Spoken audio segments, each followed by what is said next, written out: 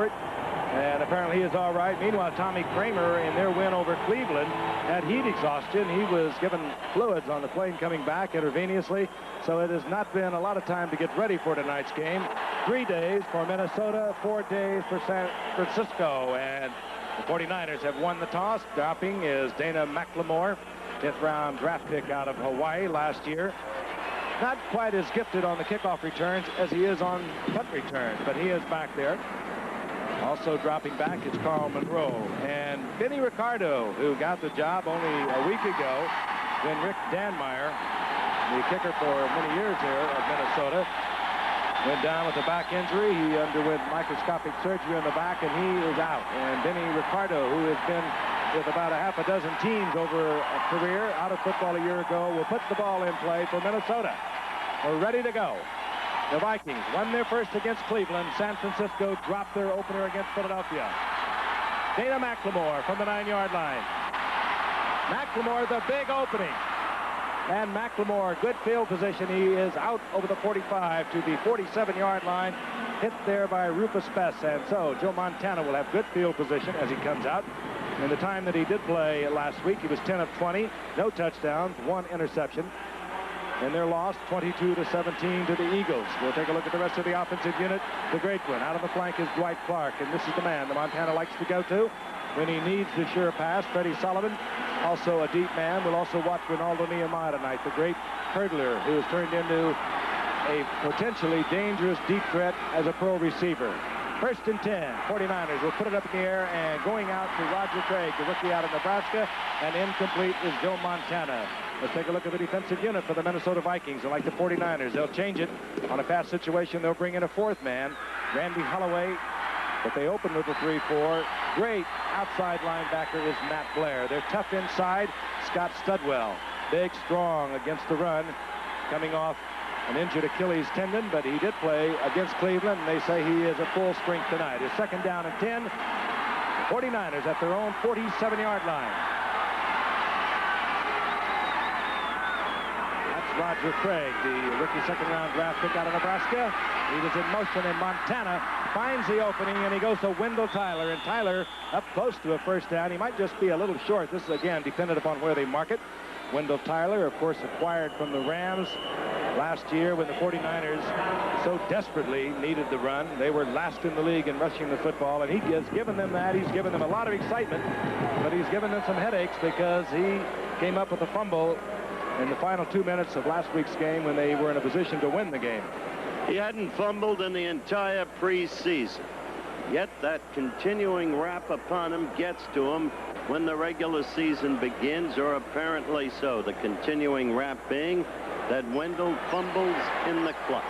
Well, not only does he fumble in the clutch, if you look at his record over the last 2 years, he's fumbled 21 times. So he's fumbled 4 times more than any other starting back in the NFL. So he does fumble. But talking to the offensive linemen of the 49ers today, they were a little disappointed that the 49ers didn't run more last week. They've been getting a lot of criticism that they don't block well for the run. And last week, with the backs averaging over 6.5 yards a carry, they should run the ball a little more.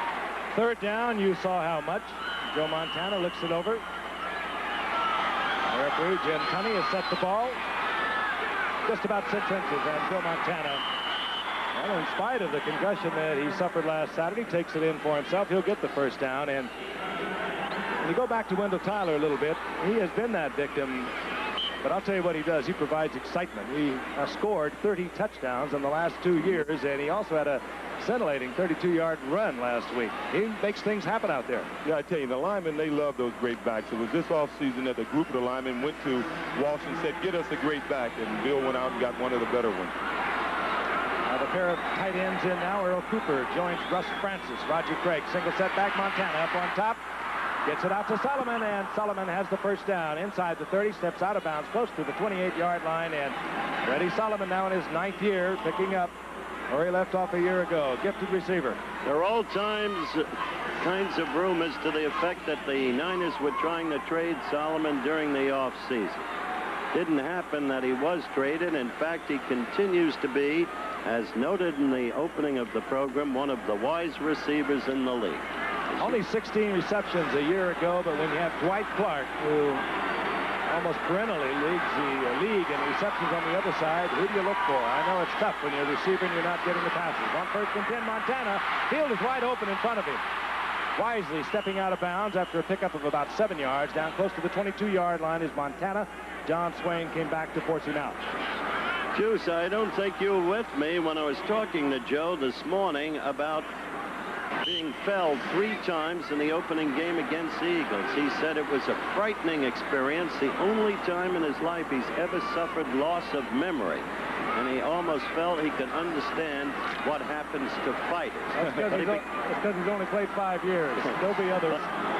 Well, said he began to feel himself 2 days ago, and we'll see how he goes. On 2nd down, long 3. It was Roger Craig, and good defensive effort as the Minnesota Vikings close down over that left side. That should put Joe Montana in a pass situation. The play will be brought in. I talked about the Vikings getting a better pass rush than they did in 1981. Last year, over 9 games, they had 30 sacks. If you project that over a 16-game season, they would have given them 53. And in 81, they were one of the few teams in the league that didn't get up over the 35 mark. They had 33 in 16 games in 81, so they were better last year. 3rd down and 3. Tyler in motion. Montana chased out of the pocket. Firing into the end zone, and that could have been picked off by John Turner. Turner was the only player of the 22 even near the football, as Montana, I think, was trying to throw it away, and he almost threw it too low. John Turner is the most versatile back that they have. He can play anywhere. Enough foot speed to even play the corner. A fine athlete, beautifully built, strong enough to play strong safety, yet acute enough to be able to play free safety. Well, he certainly can't play offensive receiver because that ball was thrown right in his hand. That's true. 38-yard attempt by Ray Wershing. He made one from 23 last week. He was 12 of 17 a year ago. On the way to the uprights, and the 49ers, their first possession, have taken a 3-point lead with 12:49 remaining in the first quarter. This Ray Wershing drilling it through a year ago out of Stanford. If you follow college football, you know he had a sensational career out there doing a little bit of everything. And of course, Jarvis Redwine, a couple of years out of Nebraska, both blazing speed. Set to kick off is Wershing. It will be deep into the end zone. It drives Redwine way back, and Darren Nelson wisely tells him to stay there. That's his role, to look upfield and see if there's a possibility to get it out. And he kept Redwine in the end zone. So the Vikings will have it 1st and 10 at their own 20-yard line. Tommy Kramer comes out. Last Sunday, 22 of 23 for 198 yards in the first half alone against the Cleveland Browns. Up he comes. Dangerous man coming out of the backfield. There's a receiver, a running back, Ted Brown. He doesn't cough the ball up. He's carried it 385 times, or handled it 385 times without a fumble. Darren Nelson is in there, but he splits out of the flanker. Kramer on 1st down will go to the air and fires low and incomplete to Sammy White, who was open for 1st down yardage out of the 30-yard line. There's Rick Jervis covering for San Francisco. Again, the 3-4. We'll watch the San Francisco 49ers work with that. O.J. already touched on the problems. The linebacker missing are some good ones. Bob Horn, Jack Reynolds, Gary Moten. And this is the secondary. Ronnie Lott, one of the best that ever played this game, out on the corner for the 49ers. The 2nd down and 10. Brown, the single setback. Nelson split to the right. Brown scored 3 touchdowns against Cleveland a week ago, and he runs into a lot of 49ers over the right side, headed by Fred Dean, who we will see moving in and out of the lineup, along with Dwayne Board. Dean and Board, the best pass rushers of the 49ers. There was a game maybe as a half a yard and a lead. Tommy Kramer in almost a sure pass situation. And in comes Marty McDowell, the 3rd wide receiver for the Vikings. They have LeCount, McDowell, Mike Jones, and also Sammy White. They have 4 wide receivers in. The tight ends come out because, in case you did not know it, Joe Cincher, their great tight end, is out probably for the entire season with a knee injury. 3rd and 10. Kramer tried to sneak one in between a pair of defenders. Dwight Hicks knocking it away, intended for Mike Jones. And we'll see the punting unit for the Vikings. All over him. The last couple of years, I think he has something like 16, 17 interceptions, and he's just been a super for their defensive secondary. You read those numbers right. 7 returns, 22.3-yard average a year ago. Dana McLemore, I talked about him on the opening kickoff. He is really dangerous on punt returns. He has a gift for it. But he does not fair catch, and down he goes. He's barreled over there by Joey Browner, the #1 draft pick out of USC for the Minnesota Vikings. Good athlete. Gutsy play, but very dangerous. Still, he's the man who set up the San Francisco field goal with his first kick run. Will be back. On the ground, half of their offense in their winning effort against Cleveland last Sunday came on the rushing game. Ronaldo Nehemiah in the game, number 83. But this is again to Tyler, right side. Gets out of the 35. Gain of a couple. It'll be 2nd down and 8. And when you talk about people like Tyler, O.J., he does carry the ball very wide, but once players, and it gets around the league, that you cough it up a little bit, they're going to go for it every time, aren't they? Every time, especially a defense like the Vikings. They've been very opportunistic over the years, and they're tackling the ball a lot of times. But the 49ers offensive line have done a super job over the years. They know they're not going to get their true recognition until they get a running game, and they would like to see the team run the ball more. 2nd down and 8. What would you tell Wendell Tyler to avoid it? On the fake draw. Flag is down. Montana trying to get the screen back to Roger Craig. The Vikings very opportunistic. They read that beautifully. Again, flags are down at the line of scrimmage. What would you tell a Wendell Tyler? How to change? You know, I always felt a coach. I feel a coach can't say anything to a back, because once you get him thinking about it, he's going to do it more. I think when Bill Walsh got Wendell Tyler was a fumbler in college. He's a fumbler in pro ball, but he gives you a lot of big plays, and it's pretty much what you see is what you get, you know. But when you start to, when I fumbled, I came to the sideline. I didn't want anybody to say anything to me. Not at all. Offside, 79, still 2nd down. Doug Martin offside. Down remains the same. It'll be 2nd down along 2. Of course, you never fumbled, did you? Yeah, they tried to change it. I carried it one hand just like Tyler. Who never fumbled? Ask him about the sudden death playoff game. Oh, you and your memory. Freddie Sullivan in motion. Tyler breaks the tackle, gets the 1st down. Now, did you see Willie Teal tackling the ball? We could maybe get a replay of that. You'll see it. And Willie Teal went for the ball, not Wendell Tyler. Well, you'll see Wendell. First of all, this is why Wendell is so good. Look how quick he reads it. On McNeil's block, he gets upfield, he gets a lot of yards, breaks the tackle there. Look at him pulling it for another, going after the ball. Willie Teal trying to pull it out of there, but Tyler gets the 1st down on the Minnesota side of the 50. Montana wide open is Nehemiah. And Skeets gets the 1st down. Good reception, good pattern by Nehemiah. Interesting thing about Skeets, he is, of course, a remarkable young man. He doesn't even want to talk about track and field anymore. Well, he was the greatest in the world at what he did. There's the pattern. Well, that pattern was all speed. You see the defensive back turned around immediately and was running away only because of respecting Nehemiah's speed. That was almost a gimme pattern for him. You saw John Swain. He was turning around and heading into a full sprint. The 1st down near the 24-yard line of Minnesota. The Vikings trailing 3-0 as Wendell Tyler now works over the right side behind Randy Cross and Keith Bonhorst. Juice, why don't you explain how Bill Walsh prepares the team for a game, giving them X number of plays in advance of the game that they must execute, and why? Yeah, well, it's quite unusual. Most teams will come in with a game plan, and they'll try to pick on players on the defense. Bill Walsh, he gives the players the day of the game, the first 22 plays of the game, no matter what the situation is. Even if a play doesn't work, he said, don't worry about it, because we want to set up something. We want the defense to see it, so we'll take advantage of it later on in the game. 2nd down and 8 from the 21-yard line. Montana steps inside the pressure. In the end zone, it's Dwight Clark who just worked along the end zone. And a typical 49er play of 1981. Montana got in trouble. Athletic ability, he got out of trouble. Dwight Clark kept running across the line of sight until he got open. Touchdown, 49ers. All right, a look at it from the end zone. Juice. As you see Montana, one of the value with the most valuable thing he has is his ability to move around.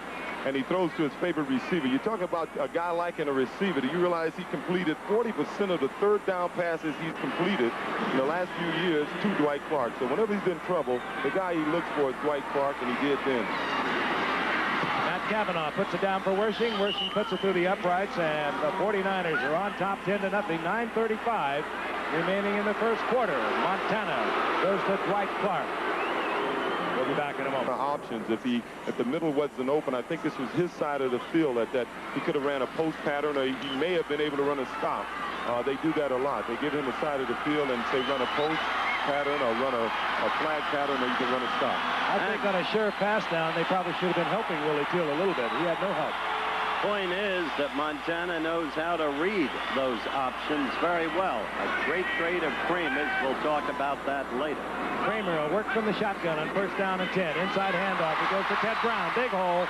And Brown gets out over the 25 to the 27, pickup of 7. It'll be second down and 3. Evidence, Frank, of the kind of dramatic rallies of the past I've been talking about for the Vikes. In '77, Kramer just a rookie. Niners led 24-0. Less than 4 minutes to play in the third quarter. Kramer in relief of Bob Lee threw 3 touchdown passes in the fourth quarter. Vikes won it 28-27. Second down and 3, and of course now Tommy Kramer has the full-time job. He took it over in '79 when Fran Tarkenton retired, and is chipping away at Fran's great record. Fired and is complete, goes out for the first down, and it is Terry LeCount who inherited that job when one of the truly great ones, Ahmad Rashad, decided to join our business. And he's very good at it. We're going to take a look at the reverse angle as he goes to LeCount. The surprise thing is, interesting thing, in 1979, the last cut of the 49ers, it came down between Terry LeCount, who was a third-round draft choice the year before, and Mr. Dwight Clark. And most of the guys on the team thought they would try to sneak Clark through and keep LeCount. They tried to sneak LeCount through, but Les Steffel, the receiver coach of the Vikings, knew something about him and picked him up. First down and 10. Minnesota, their own 35-yard line. They're down 10-0 already. And going out to the tight end, Bob Brewer, is Kramer. He's taken out of bounds, short of the first down. A pickup of 7, and we're going to pause 5 seconds and allow our friends at our local stations around the country identify themselves. WABC TV, Channel 7, New York.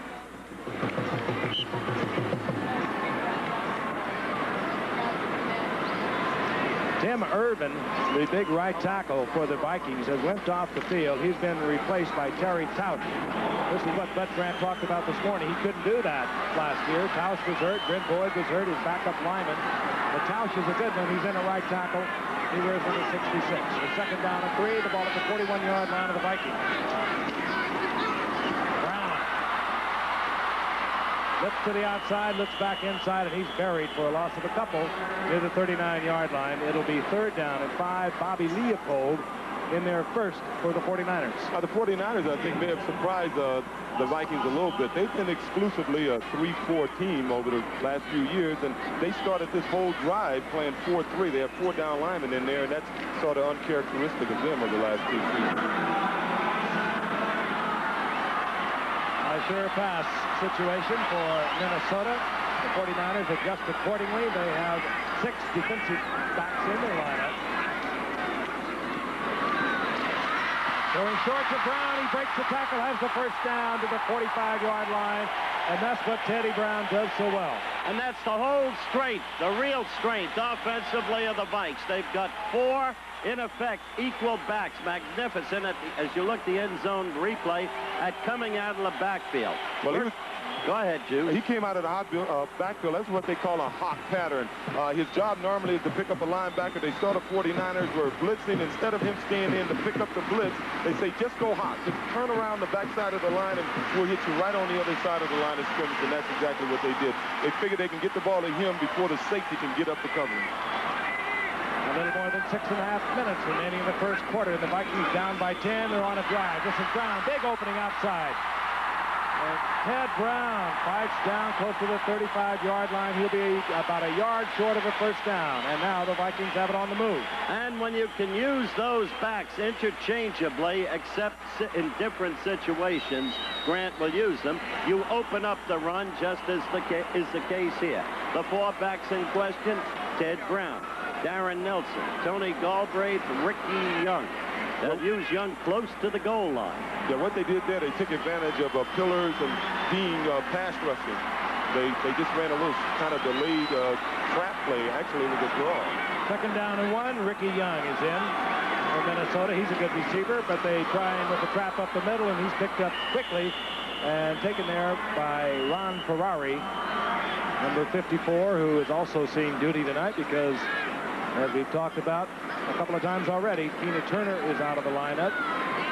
Jack Reynolds unable to play because of a hamstring. Bob Horn, acquired from San Diego a year ago. They wanted to play him on the inside. He has a back injury, so they are in trouble at linebacking position. At that time, it was Ron Ferrari making a good play. 3rd and long 1. But maybe because of that lack of a depth at linebacker right now that they're playing a 4-man down lineman. I know they're not comfortable playing a 4-3. Ted Brown again gets to a little gap, battles inside the 30 for another Viking first down. Ted Brown starting off with a typical Ted Brown day. He runs the ball, he catches the ball, leading receiver, leading rusher for the past 3 years. As you can see, they're just running a power play off tackle. Ricky Young normally comes in when they're going to run the ball because he's the best blocker they have in the backfield. And this is one thing you get when you have to play a lot of second unit defensive people. Normally they play second unit because they aren't the best tacklers you got, and the 49ers are doing a little poor tackling right now. 49ers stay in their 4-3. And as A.J. said, they are not comfortable in that. Kramer on first down. Batted away. Trying to get it to Sammy White. Incomplete.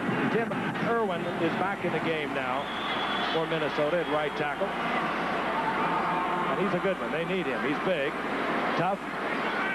Of course, he took over that job from Ron Yeri a year ago, and he's done a superb job. But you see that man right there, Dwayne Board. I think he's the most underrated defensive player they got.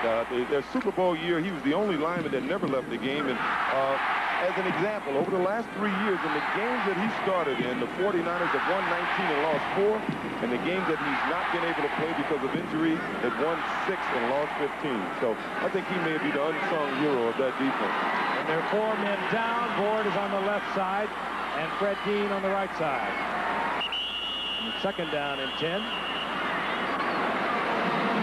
And timeout is called by the Minnesota Vikings. Tommy Kramer. Beat him. See, if that was your name, they would have had gold in there.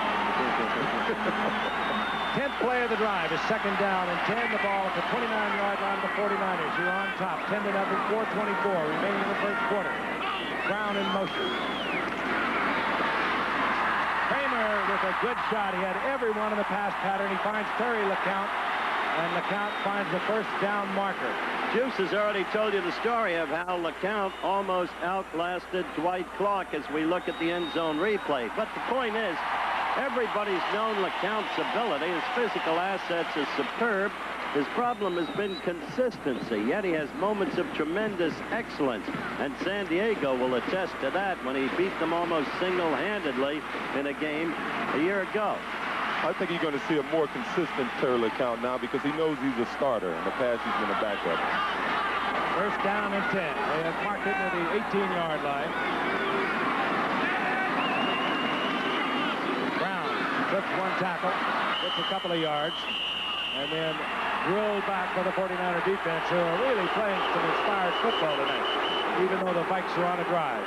Right there, you saw an evidence of San Francisco intensity that was notably lacking in the game against the Eagles. Hey, Howard, you're right, because I was in a meeting with the team this morning, and Bill Walsh was pretty vehement, saying he's tired of reading about the Vikings being a passing team and all their pass patterns and all the things about the Vikings, their new defense. He says, hey, we're the passing team here. We're the team that's going to be aggressive. You're getting booed from the partisan crowd because they thought the play against Brown should have drawn a flag. Was over-aggressive, that's right. But it's a point I discussed quite candidly with Bill Walsh in the halftime feature piece that I mentioned in the opening of the program. Walsh, a charismatic, beautifully spoken man who isn't afraid to touch on any issue, hit him head on, whether it's about him or his team. Second down and 8. Brown got a couple of yards. Now he goes in motion, and all the folks are in the pattern for Kramer. And one of them has to be open, and he certainly is. Bobby Leopold there defending against the tight end, Bob Brewer, who's playing with a very sore ankle, but he has to be in there because, as I mentioned earlier, Joe Sensor, their great tight end, is probably gone for the season with knee surgery. I don't know if they can make up for Sensor. Sensor, in many respects, may be the single most valuable player on the Vikings team.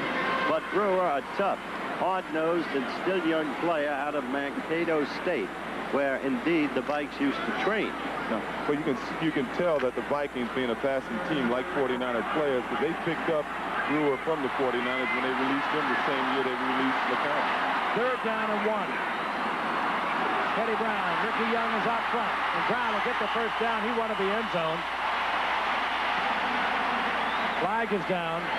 And it's in an area where we could get a hold. You know, it's amusing, Frank. They talk about the one-back backfield. Offside, 49ers. And they talk about Joe Gibbs and the Redskins and John Riggins. What they don't say as we look at the replay is that how many years ago, Juice, was Bud Grant using the one-back backfield with Chuck Foreman? He does one thing after another. 49, penalty makes it the first down. Remember that, Frank? Oh, he's been using it for years. He's the man who almost took away a game already won by Denver by using the hurry-up 2-minute offense with about 8 minutes to go, a game we had. And used it against Dallas in our final game last year, too. Earl Cooper, the tight end, was offside. First down, goal to go for the Vikings near the 5-yard line.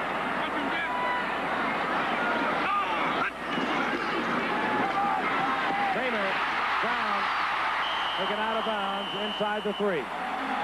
Actually, Frank, on that offside penalty, it was Ronnie Lott, number 42, was offsides, and that's the value of Ronnie. He's a big gambler. You know, he likes to rush in there. He almost made a great play in the backfield. He guess he got a little over anxious. I think as this game goes on, I was talking to Les Stefo today. He said they're going to take advantage of some of his aggressiveness and try to run play-action passes at him. And if you recall at breakfast when we were talking to Coach Grant, he mentioned that if he could take one person away from the 49ers defense, it would be Ronnie Lott. I can understand that. Talk about Brown not fumbling. That will be recorded as a fumble, even though it went out of bounds. So that's his first in a long time. Ricky Young, right side. He's short of the goal line, so it will be third down goal to go. This is where Grant uses Young in a situation close to the goal line. A, blocking, B, receiving, and C, a power runner. I think Bud is just a marvelous coach, Juice. I do too. I think he said something this week that anytime it's 4th and inches, he's going to go for it. I don't know if that would apply to a field goal versus a touchdown, but if they don't get it on this play, it's going to be interesting to see his decision. Down 10-0. I think you'll see him go for it. Let's watch. Brown. They won't have to think about it. The Vikings are on the scoreboard. Big drive. 2:16 remaining now in the first quarter. They used a lot of time. And it was pure Minnesota Viking offense. A dink here and a dink there. Brown left, Brown up the middle. A brick here and a brick there. That's yes, right. Indeed. I've heard that. But I told you we expected a highly competitive game. Benny Ricardo on for the conversion. Steve Dills, a backup quarterback. He's the quarterback for Bill Walsh out of Stanford University. Will put it down, which he does smartly. And Ricardo, who has been perfect thus far this season for the Vikings, having arrived very late, makes it 10-7. The Vikings trail by 3. Given up somewhat. 15 plays they use on that drive. Dana McLemore Number 43, and Carl Monroe, a rookie free agent out of Utah, have dropped for the 49ers. And here is Vinny Ricardo with Detroit, New Orleans, Buffalo, right out of San Diego. The WFL Suns had a year off last year. McLemore. And McLemore just outmoved himself that time. He had an opening, didn't take it, ran into his own man. Down he went. Randy Holloway making certain that he was down. I want to remind you, coming up on Saturday, college football, and it's at its finest in Baton Rouge, Louisiana, Tiger Stadium. It'll be Florida State, led by the nation's leading scorer in 1982, Greg Allen. They were 8-3-0 last year, ranked number 7 by the UPI. They go against LSU. Two top running backs in Dalton Hilliard and Gary James. That's 3 o'clock live Eastern Saturday college football. Other regional games, check the listing for the game you'll see in your area. Most of you will see Florida State and LSU. First down and 10. Montana, Dwight Clark. Clark, first down, out over the 40-yard line between two defenders, gets the first down. What a beautifully thrown ball. He's shaking White up. may be hurt. Slow getting up, as you can see. Might have fallen on the ball. Whatever. Dana McLemore might have broken that kickoff, but Eason Ransom, number 80, couldn't block his man out and thus got in the way of McLemore.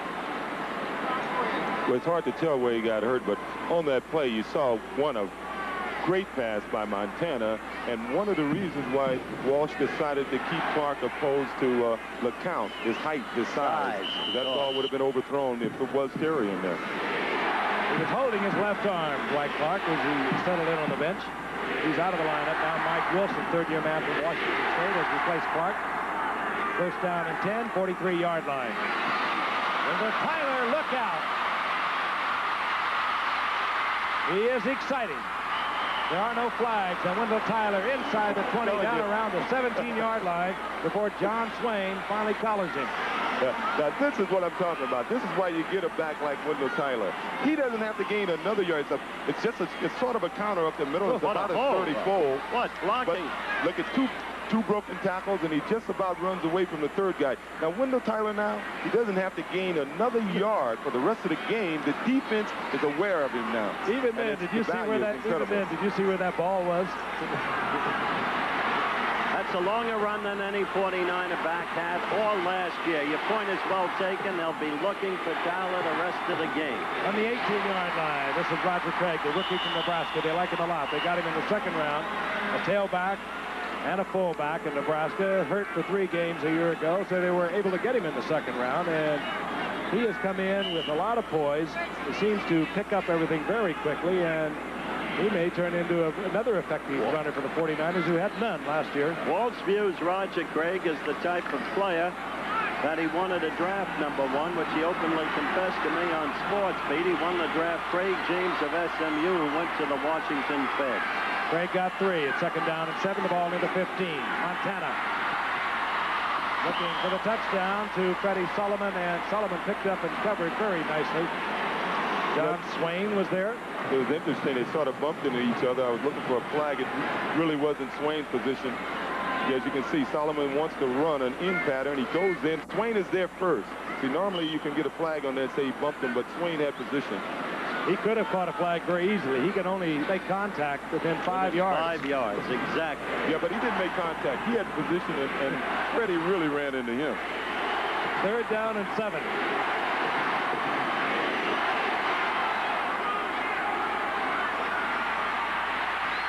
Montana dinks it off to Tyler, and Tyler gives it up. They're doing it incomplete. Tyler hit hard, and the official standing right in front of it said no, that he did not have control of it. And Tyler was the first guy to jump up and signal incomplete pass. Naturally. He would have been broken psychologically, possibly, if that had been ruled a fumble, and for the second game in a row, he had been victimized by a fumble in an important situation. Hey, Howard, if he would have been broken psychologically, he'd have been in the nut house a long time ago. At UCLA.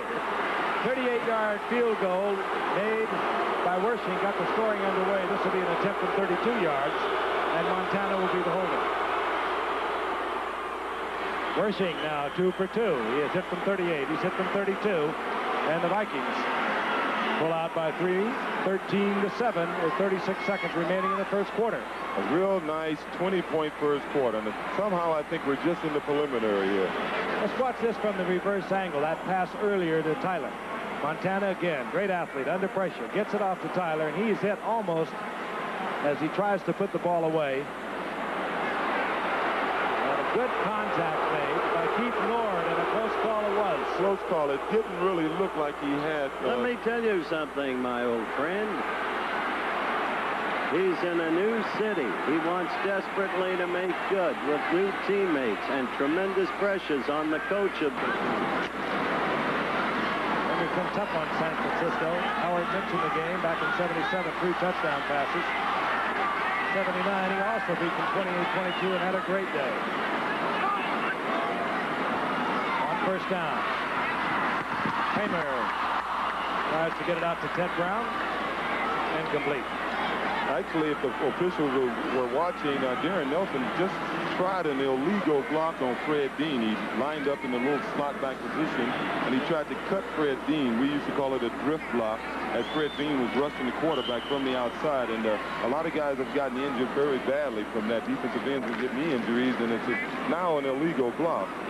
I'm sure Fred Dean must have mentioned something to the official to watch that. That's one of the best rules that they changed about 3 or 4 years ago, because that end is really vulnerable. He's concentrating on the quarterback, and the little man coming back can really tear up a knee. Second down and 10. Nelson bobbles it. Picked up by the 49ers. The 49ers have it back. Good play by Dwight Hicks. Very alert, but Nelson, whether he fumbled it in the exchange, I don't know. But he coughed it up, and coming up with it was Dwight Hicks. We'll see it from the other side with a reverse field camera. Looks like they're trying to run another one of their misdirection plays here. He never got the handoff. The ball was put in there real well. I mean, he placed the ball right on the belly button, and Darren just didn't get control of it. First down and 10. The 49ers, good field position near the 21-yard line. And they're on top, 13-7. Roger Craig, right side, and Craig, good strong running, gets down close to the 16-yard line for a gain of 5. It'll be second down and 5. Tommy Hannon and Matt Blair there defensively for Minnesota. Good quick example there of how Craig accelerates. Yeah, and we're looking at Russ Francis leave the field. His arm, I guess he's re-injured his wrist, and he's leaving the field. As you can see there. I think it's his other hand, isn't it? He broke his left hand early in preseason. He's holding his right hand now. That compounds his problem. We'll be back in a moment. Last Saturday, 22-17. Meanwhile, Minnesota was beating Cleveland 27-21 on Sunday. The 49ers on a drive following the fumble by Nelson. They have a second down and 4. The ball at the 16-yard line of the Vikings. Inside handoff, Roger Craig. And Craig booms out to what appears to be first down yardage. And we'll take a look at the numbers from the first quarter. Okay, first downs, 1 down edge to San Francisco. Rushing yards, notice, a big edge for San Francisco. They'll like to see that. They're heading passing. Total yards, Minnesota 1 turnover, which has resulted in the present San Francisco position on the field, threatening the score again.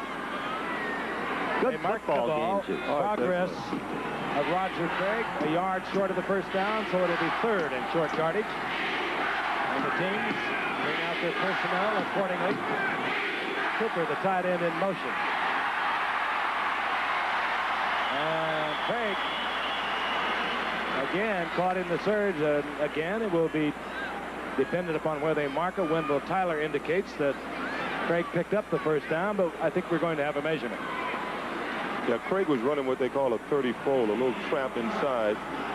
Got a good block from Randy Cross, trapping on the backer. I guess he trapped on Mark Mulaney, and maybe it was Dennis Johnson standing up there. And it looked as if when he was carrying the ball, he had a little more yardage than that. Craig will get the first down and keep the 49ers drive alive. Roger Craig, the 4th leading rusher in the history of Nebraska football with over 2,400 yards. And still the 49ers able to get him in the second round. They turn out great backs, Frank. I remember when Shula sent Carl Tasef out to scout Nebraska. Everybody wanted him to look at Jarvis Redwine, and he said, I want Andrew Franklin. He's turned into a great one. 1st and 10. Tyler, he'll be tough to handle there. Good open field tackle by Tommy Hannon. Tyler is one of the most elusive backs you'll ever see in an open field. Hannon handled him short of what could be a first down at the 1-yard line. Actually, they started this play from split backs. They put Tyler in motion, which really, in effect, gave him a one-back offense. And he just ran a little flat out there and caught the ball in the flat and made a real nice move on the corner. He really handles that ball with one hand a little frighteningly. You saw that, Jude. Yeah, but if you take it away from him, he may not be the runner that he is, you know? He's comfortable running that way. Second down and about 2 for the first down. 3 to the end zone. And Craig hit hard. Taken back. Fred McNeil was there and Dennis Johnson. Dennis Johnson putting the key shot on. And he is stopped inside the 3-yard line. So it'll be 3rd down and a yard for a first down. He doesn't want to have for the touchdown. I'm sorry, Giff. He doesn't want to have to settle Bill Walsh for still another field goal. You've got to capitalize to the uttermost, as Washington learned against Dallas. Play action, and what a good call that was. Going to Earl Cooper in the end zone on a 3rd down and 1. Both Tyler and Craig boomed into the middle. Montana hit the ball and found Earl Cooper all alone. And as Earl Cooper found a home, you know, they moved. He was their former #1 draft choice as a fullback. They moved him to tight end last week. He had a 73-yard touchdown catch and run. And you know, he's a 4-5 sprinter. And when he was playing fullback, he never looked like he was a 4-5 sprinter. At tight end, he looks what like he a 4-5 is. He's sprinter. in the vein of the modern-day tight end, a deep threat. The kick good. Wersching puts it through the uprights, and the 49ers move it out to 20-7 over the Vikings. They are going to have a lot of points on the scoreboard before the night is over. Tonight, a sprinter goes from Olympic gold to NFL. 49ers with Montana to Cooper. And a good call it was. From the 2-yard line, they needed 1 for the first down. Play action. Cooper all alone in the end zone. Deep are Jarvis Redwine and Darren Nelson. Redwine 22, Nelson 20. Set to kick off is Ray Wersching.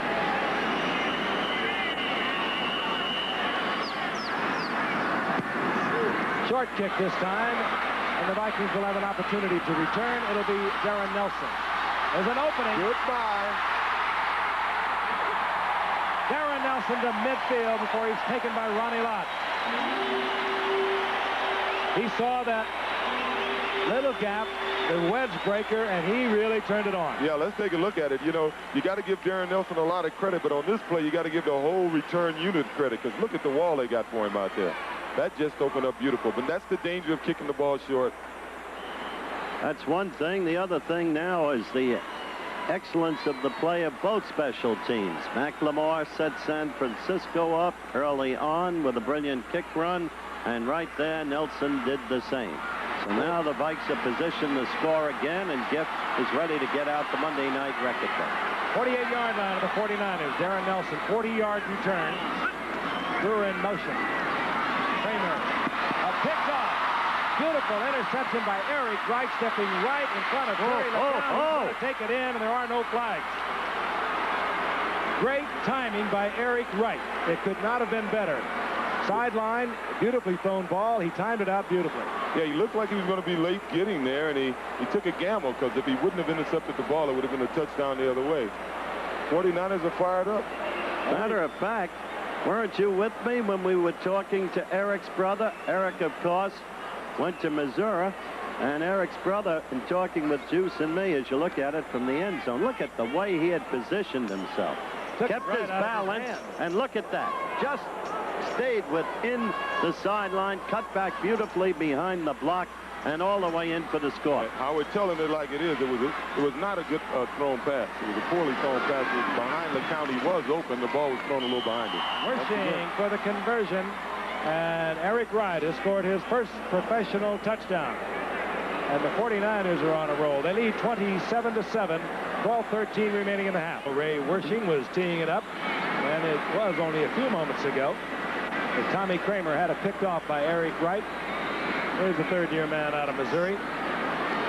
Coach, you watch how he tiptoed down the line there? Marvelous display of balance. Spectacular. Even if you're right that the ball was poorly thrown. Boy, it was a great play by Wright, without a doubt. Wershing, this time into the end zone. Here comes Redwine. Redwine out to about the 24-yard line, where it'll be first down and 10. Let's take it. You see LeCount, he looks like he's running an out. And right here, if the ball was thrown in front of him towards the sidelines, you see the ball was thrown behind him.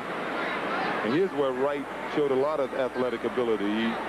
Most guys would have ran out of bounds, and if you let it go a little further, you'll see tightrope down the sideline and did a good job. I think LeCount thought he had caught that ball. It was that close. Near the 25-yard line, first down and 10. Shaping up a little like last Monday night. The Redskins had a 23-3 lead over Dallas. The Vikings are going to be on the scoreboard. I can guarantee you that. Or maybe I should. Yeah. Kramer. Brown does not hold on. A flag is down at the line of scrimmage. Kramer goes right back to throwing. That kid's unafraid. One of his greatest qualities. Well, I think what we're seeing a little bit at this point, if I can hold him, Kennedy. Yeah, that's going to hurt him at this point on the field. What we're seeing at this point may be the value of an Ahmad Rashad. You know, they've changed their offense somewhat. Without Ahmad, where Sammy White was generally their home run hitter, and Ahmad Rashad was their 66. Still first down. And Ahmad Rashad was their possession receiver. This year they've made Sammy White their possession receiver. He may not be comfortable with that, and even though they've been throwing more, I guess throwing the count right now, but their offense looked a little in disarray at this point. Terry Couch was holding. 10-yard assessment, first down and 20. The ball near the 15-yard line. Screen to Brown, who tripped over a 49er, lost his balance, and couldn't handle the reception. But it'll be second down and 20. Crowd's beginning to get on the Vikes, but they'll change on a moment's notice, riding an elevator of momentary emotion. Tommy Kramer, of course, had some well-documented personal problems a couple of years ago. He really bounced back and had a tremendous year a year ago. With 57% of his passes being completed, 15 touchdowns. That was only 2 less than the leaders. And the leaders were Montana, the 49ers, and Fouts in San Diego. They had 17. On second down and 20.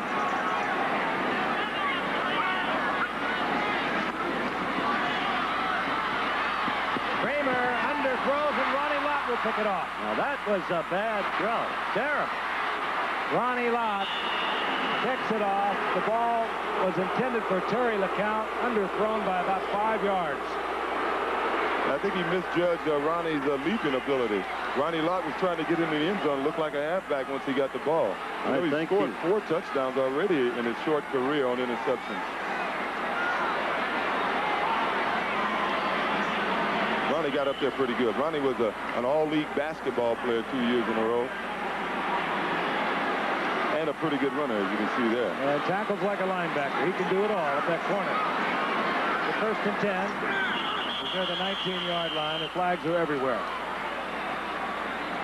Looked like Big Russ Francis is back in there and either missed the count or was a little too anxious. I'll tell you, Russ is, despite the broken hand and the injury sustained earlier on tonight, he's in the best shape I have seen him in, Juice, in all the years I've known him, before I made him all-world. I was going to say, would you still call him all-world? No, I wouldn't. 81, 5 yards, still first down. Kellen Winslow now, of course. But Russ is in absolutely superb shape. With that tremendous body, he looks absolutely trim. Built like an earlier on Gifford. First and 15 at the 19-yard line. Tyler, big opening left side. He is hammered at the 15. Studwell came up there. That's the value of Wendell Tyler. He makes the offensive line look well, even if they don't block well at the point of attack. That play was designed to go inside, and as he was coming across, he saw a hole to his left, and he just shot over there. Got positive yards. Picked up 4 yards. It'll be 2nd down and 11, and Ronaldo Nehemiah comes in. Freddie Solomon goes to the sidelines, and Nehemiah will work to one of the blank spots out of the backfield, I would presume. Tyler now 60 yards on 5 carries. Nehemiah in motion. Montana looking for Nehemiah. He ran a little lazy pattern against John Swain and then put on a burst of speed, but Swain was right with him all the way. It'll be 3rd down and 11. He's on ISO. We see Nehemiah coming out. He tried to make Swain go to sleep on this, O.J. Yeah. I think because of the defense, he didn't think he was going to be the primary receiver, because when you should burst out of that, out of the pattern. When you make your move, you should burst, and he didn't burst. But on that play, I'll show you how valuable Wendell Tyler is. He ran a little button hook over the middle and had 3 guys on him. 3rd down and 11. The corner of the end zone, and it is Freddie Solomon diving catch, touchdown 49ers, and they are really on a roll tonight. They are. Flag is down at the 5-yard line. This one could come back. Pushing off. Holding 27, defense declined, touchdown. Touchdown 49ers. John Turner was holding and obviously declined. Great catch by Solomon. That's Solomon. Oh, yeah. Oh, was he? Oh. Could call that a wardrobe foul. Almost tore the numbers off him. At this point in the game, San Francisco is serving notice that the Niners are back at this point. Well, they look like the Super Bowl team they were a few years ago. Wersching hammers it through the uprights. And the 49ers now lead 34-7, and we still have almost 11 minutes remaining in the first half. Woo. Like a pin. It's in the end zone, and the 49ers are lighting up the lights tonight. Well, if the Vikings are going to have any chance to come back, they're going to get this first half over. Redwine and Nelson are both deep once again. Wersching dribbles it along the ground, is taken there by Jarvis Redwine.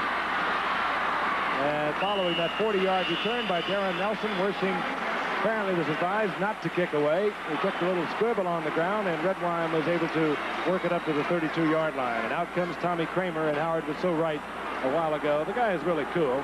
He's not going to let an interception, a poorly thrown pass as it was, and picked off by Ronnie Lott to set up the touchdown. He's not going to let that bother him. And Bud Grant has the earphones on. Jerry Burns, a brilliant offensive mind. The coach up in the booth, and Ahmad Rashad says, forget the earphones. Bud doesn't listen to anybody. Brown, the single setback for Minnesota. Kramer, a typical Minnesota Viking completion to Bob Brewer. They know he'll be covered, but maybe he'll break it. And it was Joe Sensor for the past 3 years who has been breaking those tackles. Yeah, what I think they're doing now, instead of trying to get it all at once, they have to just score, period. And what they're trying to do is put a good drive together and just get downfield and score. 2nd and 5. Here's Brown. And swarming coverage by the 49ers. Brown short of the first down, are at the 41-yard line. Yeah, they are. They're in a 2-minute or hurry-up offense right now. What they are doing, they are trying to keep the 49ers from changing their personnel, and they will not go into the huddle and let the 49ers change the personnel. They did it against Dallas here a year ago. 3rd down and 1. Kramer, and he had a man wide open, Sammy White. Let me tell you what they just did that time, Frank. It was a beautiful play. Sammy White, because they weren't able to change personnel, was stuck with Fred Dean trying to cover him. And he beat Fred Dean at the line of scrimmage. And so it sort of paid off what Bud Grant was trying to do. But once again, they weren't able to make the completion. Kramer knew he had him for not only the first down, but maybe big yardage. And it brings up 4th down. Greg Coleman on for his first punt of the night. And Freddie Solomon is dropped for the 49ers. Can you imagine Fred Dean covering Sammy White? Yeah. Tommy Kramer could not believe it. Long count, looking for the offside, doesn't get it. Powering punt by Coleman. Fair catch called for, executed, 18-yard line. And the 49ers will begin play there. They're up on top 34-7 with 9:42 remaining in the half. Yeah, we're going to have a busy 8 days. On the Jewel Thomas option pass to Carlos Carson. On 1st down, Montana hands the ball off. And Tyler is greeted rather abruptly by Dennis Johnson. And he'll lose a yard on that. Well, Dennis tagged him on the goal line one time. And I like this indoor atmosphere. I like it. Quickly after you come out of Washington, where we had temperatures of about 90 degrees down there. Yeah. Washington behind closed doors. The loss was inside the 13. 2nd down and 11. Montana looks it over. With a short handoff out of the I formation to Roger Craig, and the Vikings swarm all over it. 34-7. The 49ers on top of the Vikings. Highest scoring game in the history of Monday Night Football last December 20th. Giff and I remember it well. Chargers 50, Bengals 34, total of 84 points. We're going for it tonight. What 49ers look like they're doing now is trying to eat up time on the clock. Sometimes that can be a mistake, especially in light of Monday night's game. 3rd down and 11. Montana on the rollout. No, taken out of bounds by Freddie Solomon. Very close. But there will be no reception, and we'll see the punting unit of the 49ers. Now, what's going to be interesting right now, here's the pass from the end zone. Freddie looked like he had a good chance of getting it. Maybe his foot got out of bounds. Thought it was. His foot sort of went out of bounds. What's going to be interesting now is Bud Grant did a smart thing on the last drive. He went to a hurry-up offense. He tried to create a mismatch. He got a mismatch, and it's going to be interesting to see how the 49ers counteract that on this next series of downs, if they try it again. Tom Orris, acquired from Miami in the offseason. And Miami picked up Reggie Roby, a great punter, and Orris hammers one to Rufus Bess, who takes it at his own 35-yard line. And Bess up to the 43-yard line, so Bud Grant's Vikings will have good field position. Eric, wasn't it, Deuce? Yes, he thought he was a good, aggressive football player, and said he was the best athlete on his team. Athlete. Just having a little trouble moving out the starters, but you can still spin a rancher once. Let's hear Jim Tunney. Encroachment, defense, 5 yards, still 2nd down. I think what they were trying to say was that they were trying to get somebody's ear to call timeout because they had 12 men on the field. 5 yards marked off for encroachment. 2nd down and 4. The ball near the 18-yard line.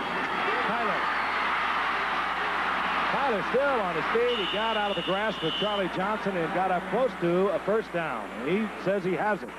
Joey Browner's problem, we're told, is with his left ankle. How serious? Of course, we don't know yet, nor does the bench. They're taping it up. Look at that. 8 yards per carry, the average for Tyler so far. As we were saying earlier, if you look at all your all-pro offensive linemen, most of them play for teams that run the ball well, and the 49ers offensive line know they're not going to get the respect they deserve until they just stop getting criticized for not being able to block for the run. Tyler's effort got the 1st down at the 23-yard line. Montana, he goes down, and a flag goes down with him. It was Matt Blair, the multiple all-pro outside linebacker who was all over Montana, and the 49ers also picked up a holding call. The sack will just about take care of the distance they would have got. Holding 51, decline, 2nd down. So consequently, the holding is declined to the Vikings, and it'll be 2nd down at about 16. The ball marked inside the 17-yard line. 34-7. The 49ers on top of the Vikings, and the Vikings are beginning to show a little more hustle, a little more pursuit. Both teams obviously able to score almost at will over the past few years with the passing game.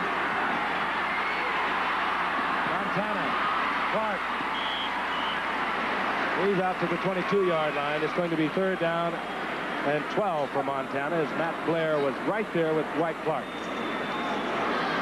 Well, Tommy Kramer, Coach Hallwigs. 9 of 19, 2 interceptions. He, you know, I know he just wants to get back in there and start throwing the ball a little bit. Really nothing you can say about a day like that. You have your bad days, and that's why he's having a bad day.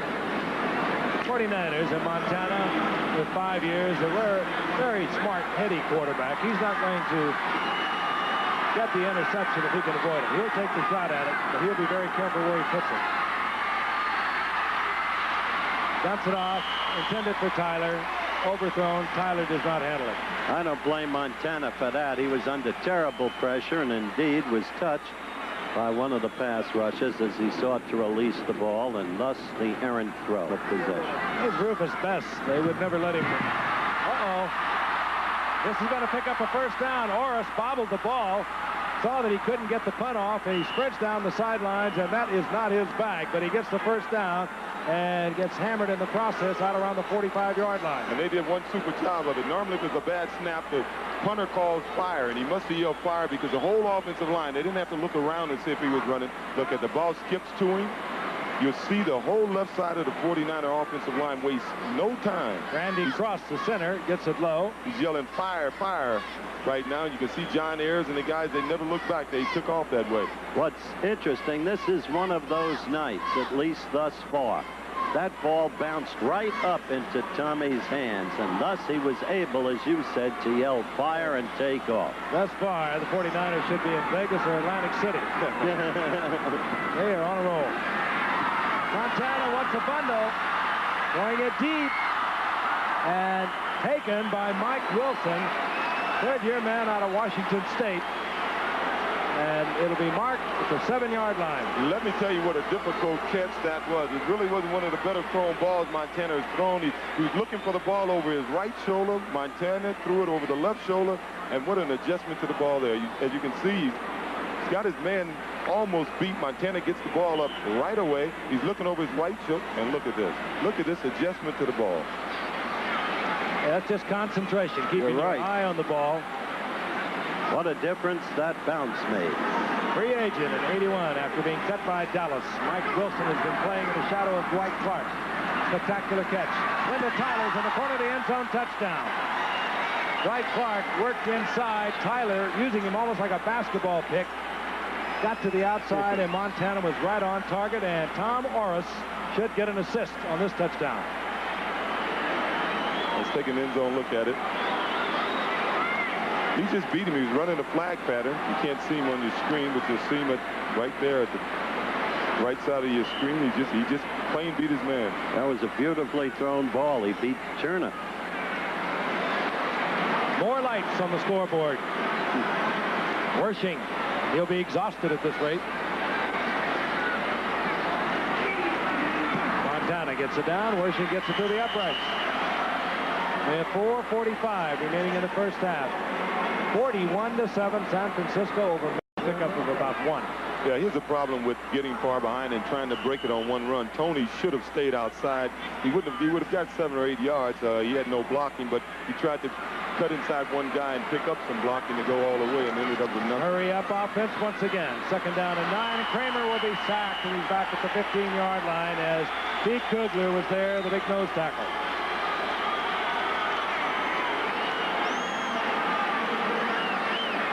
Pete Kugler, an offensive lineman when he came to the 49ers, but he had played both offense and defense for Joe Paterno of Penn State. Larry Pillars, of course, a former Jet who played very well for the Jets, but with the kind of talent they just had no place for him. Those are the unhappy numbers for Tommy Kramer. 3rd down 19. 4 down lineman for the 49ers.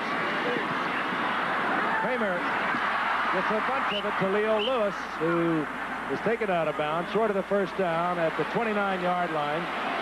Kramer wanted to continue with the offense on 4th down, but it's a little too early in the game for that. 3:35 remaining in the half. And out comes the punter, Greg Coleman. So the Green Bay Packers mark of 45 points in 1/2 back in '67 is in definite jeopardy. Freddie Solomon back for the 49ers.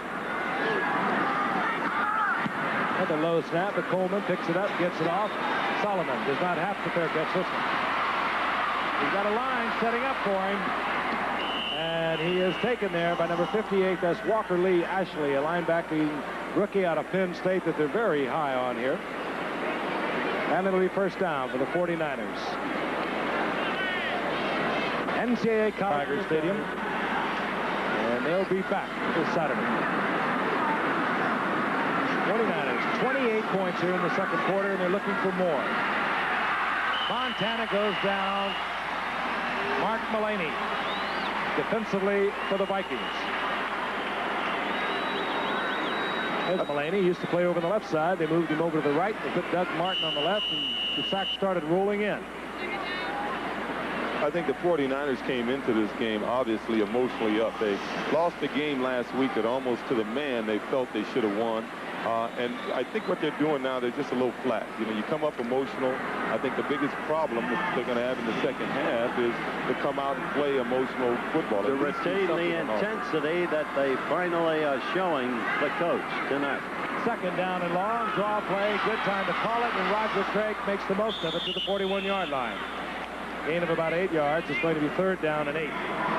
Their biggest problem coming out in the second half is going to be defensively. They have so many injuries that most of their second unit is already playing. And when you get emotionally up for a game, you get way ahead like they are now. You always have the danger by not being alert in the second half and more injuries. With a 34-point lead, I don't consider their problems comparable to the Vikings. What a beautiful problem. Well, if they have a problem, it's going to be to try to not get hurt in the second half. It's hard to be emotional in a game like this. 3rd down and 8, 41-yard line. They'll keep it on the ground. Wendell Tyler, right side.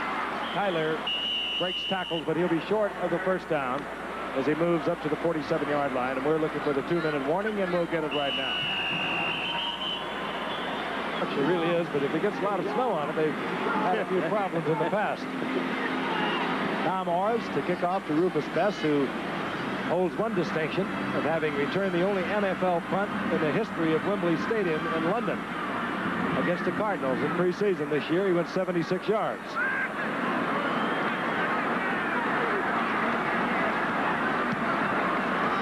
Orrs does not get it to turn over, and Bess calls for and makes the fair catch at the 15-yard line. 1:53 now, as a smattering of boos will greet Tommy Kramer coming back into the lineup. Vikes have 2 timeouts remaining. Remember, Tommy didn't like what he saw at one point in the first half. He called a timeout.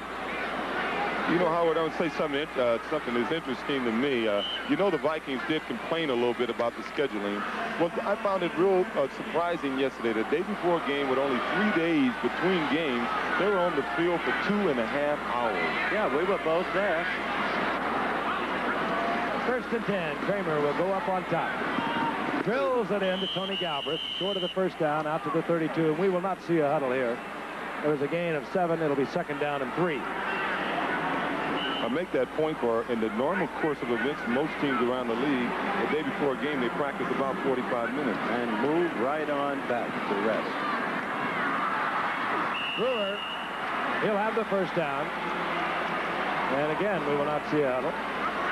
Bobby Leopold made the stop. And the Vikings have 2 timeouts, but they're going to have to do a little more than that to get it into the end zone. 1:15, the clock moving. Brewer again, another Galbraith out of the backfield, 7-yard pickup. Now, if Kramer stays with the pattern, he'll go back to Brewer on the right side. I think they'll call a timeout maybe after this pass, but they're going to have to do something quick to get them over the 50.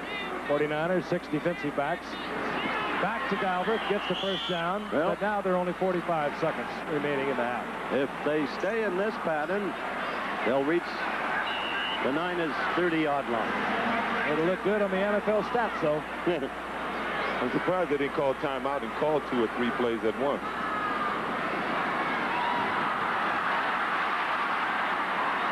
Fired to Leo Lewis. Lost it for a moment, but he comes down with it. Well, now you got to use the They will timeout. mark it as another first down as they put it inside the 48-yard line. 10, 23 seconds on the clock. It starts. Kramer gets it into Leo Lewis, and they're going to keep the clock moving. Lewis was in the grasp of Tim Collier, fine defensive free agent 49ers acquired last year. Well, I said with this pattern, they'd reached the 30-yard line. They're not quite there yet. They're at the 34. Well, that was a good call by the official because Leo Lewis's forward progress had been stopped even before he went out of bounds. You know, Leo Lewis's father played not only with Bud Grant in Canada, but Bud Grant coached him. And Bud Grant said today he was the finest player he ever coached. Yep. He's a legend up in Canada. He played for the Winnipeg Bombers under Bud. He was also a great basketball player, Leo Lewis's father. And the youngster is cutting the mold of the father, according to Grant. Yeah, Bud said Little today problem now for the Vikings. They'd like to get at least something on the scoreboard, but Benny Ricardo, whom they brought in when Rick Danmeyer had surgery on his back about 10 days ago, does not kick the ball very far. His longest kick in all the years and all the teams that he traveled with was 48 yards. So they're going to have to move it in a little closer for this man, Benny Ricardo.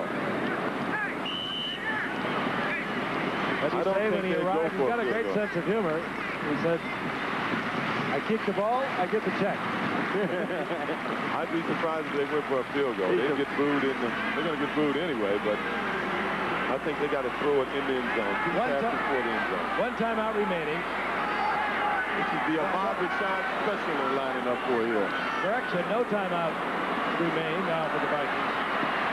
Lewis will have to get out of bounds, and he does. Good effort. It certainly was. That was a good play. If you recall, in one big game, Ahmad Rashad, they lined up like that. The 3 guys went downfield. The 2 of the guys' job was to jump up and bat the ball. Try to bat the ball to the 3rd guy who was to wait around and look for it. But what they did is they did a little variation off it, and they had one of the killed guys Cleveland one game with that play, winning the game. Let's take a look at it from the end zone because this one's going to go up in the air. 8 seconds remaining and no timeouts. So if it's a short pass that's completed, time could very well expire. Hang it up. They look for the completion or the penalty. And they got neither one at 2 seconds now on the clock. Now the play there's we a choice. talked about. You like to get at least 3 on the board, Juice. I disagree with you. I think he has to go for 7 now. I think they got to go in the locker room feeling that they can score 7, and evidently, I'm wrong. You are? I knew you were. Ricardo is a funny kid, you know, Frank. He's a rabid boxing fan, and he said to me today, what do you think will happen to Duran in the Hagler fight? I said, if the good Lord is willing and the creek don't rise, he'll go 2 rounds. 33-yard attempt. And Ricardo puts 3 on the scoreboard. So now the Vikings only trail by 31. And we're at halftime. Benny Ricardo did his job.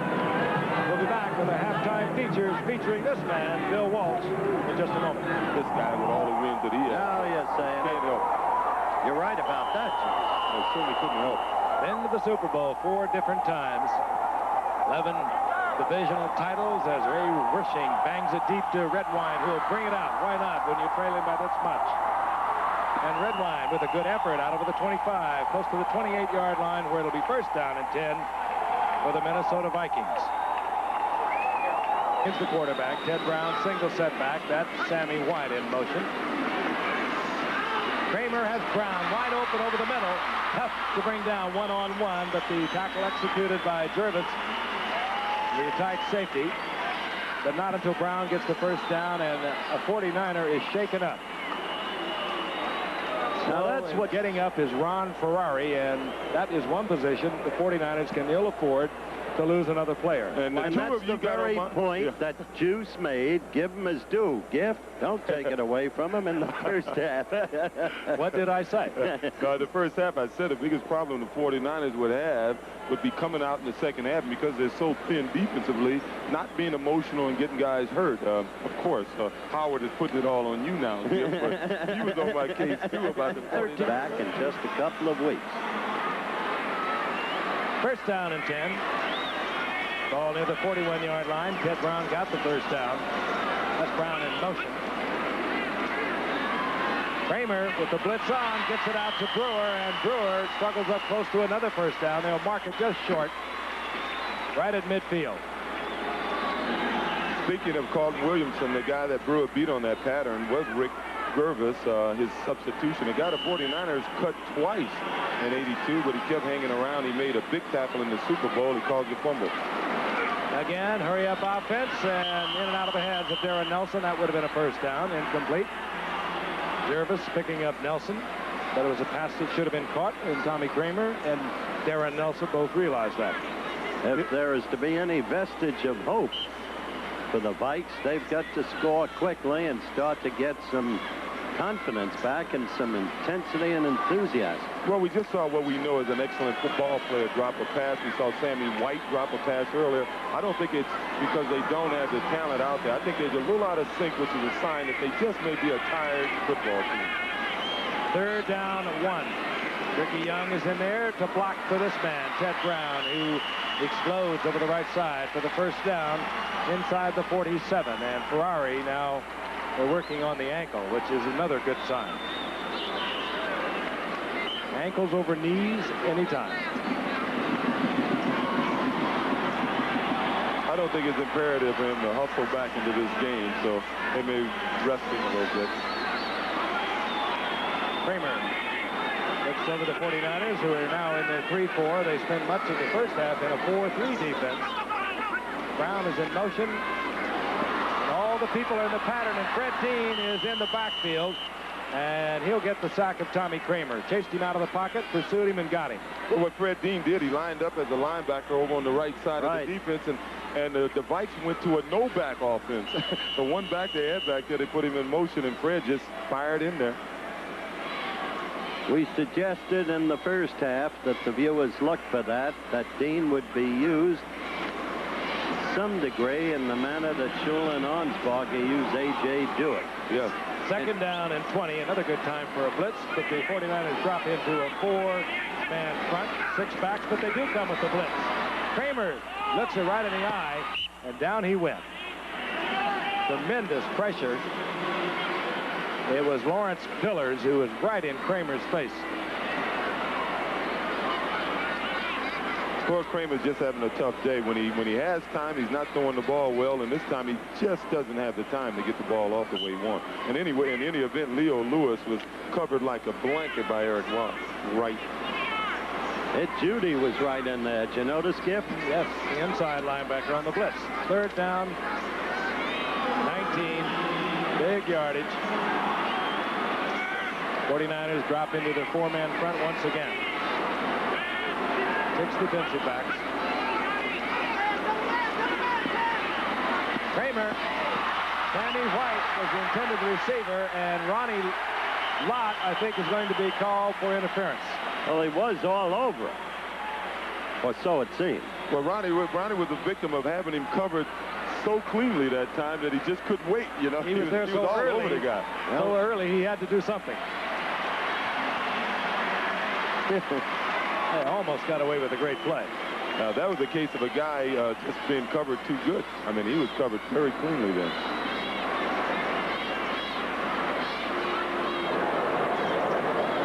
Illegal contact, number 21, 5 yards and first down. So it wasn't on Ronnie Lott. It was on Eric Wright. That's right. They did not call Ronnie Lott. He made a great play. Yeah, he was right there. First and 10, the ball in midfield.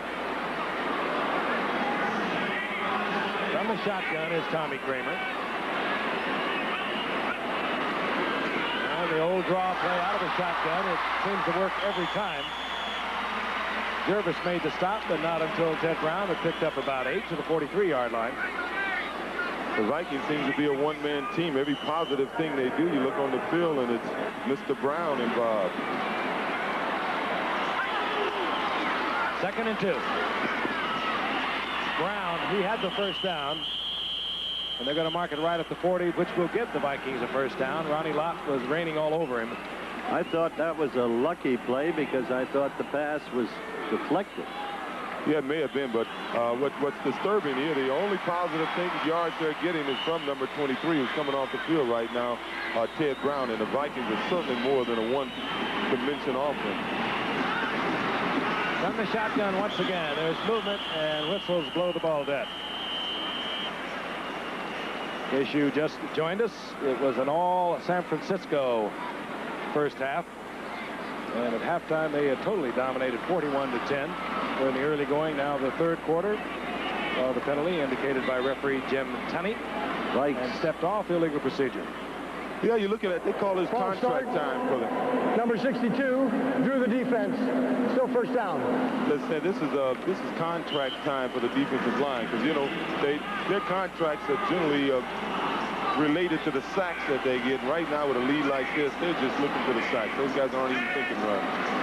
1st and 15 for the Vikings. Kramer looking for Sammy White. Incomplete. Again, good coverage provided by Ronnie Lott. It'll be 3rd down at 15. Major League Baseball, 6-2. Yanks lead Brewers. Bob Shirley pitching. White Sox off by themselves. 8-1 over the Angels in the 6th.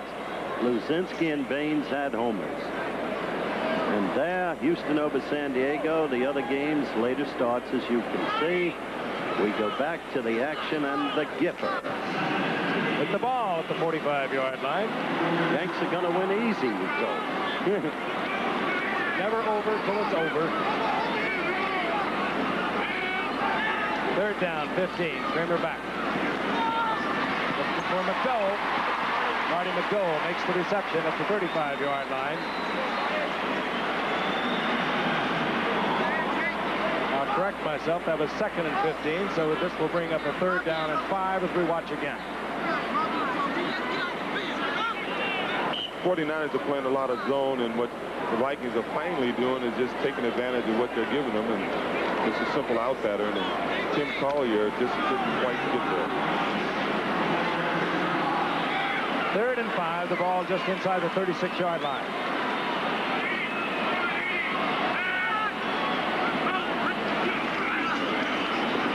Whoa, that'll be Fred Dean coming in from the right side. Oh, is he quick? He came out like a move on the offensive tackle. He is purely and simply a great player. Yeah, that was purely speed. That was just like he was running a 40-yard dash. He was just coming out of the box and just simply beating. He went around Steve Riley so quickly, routing every right.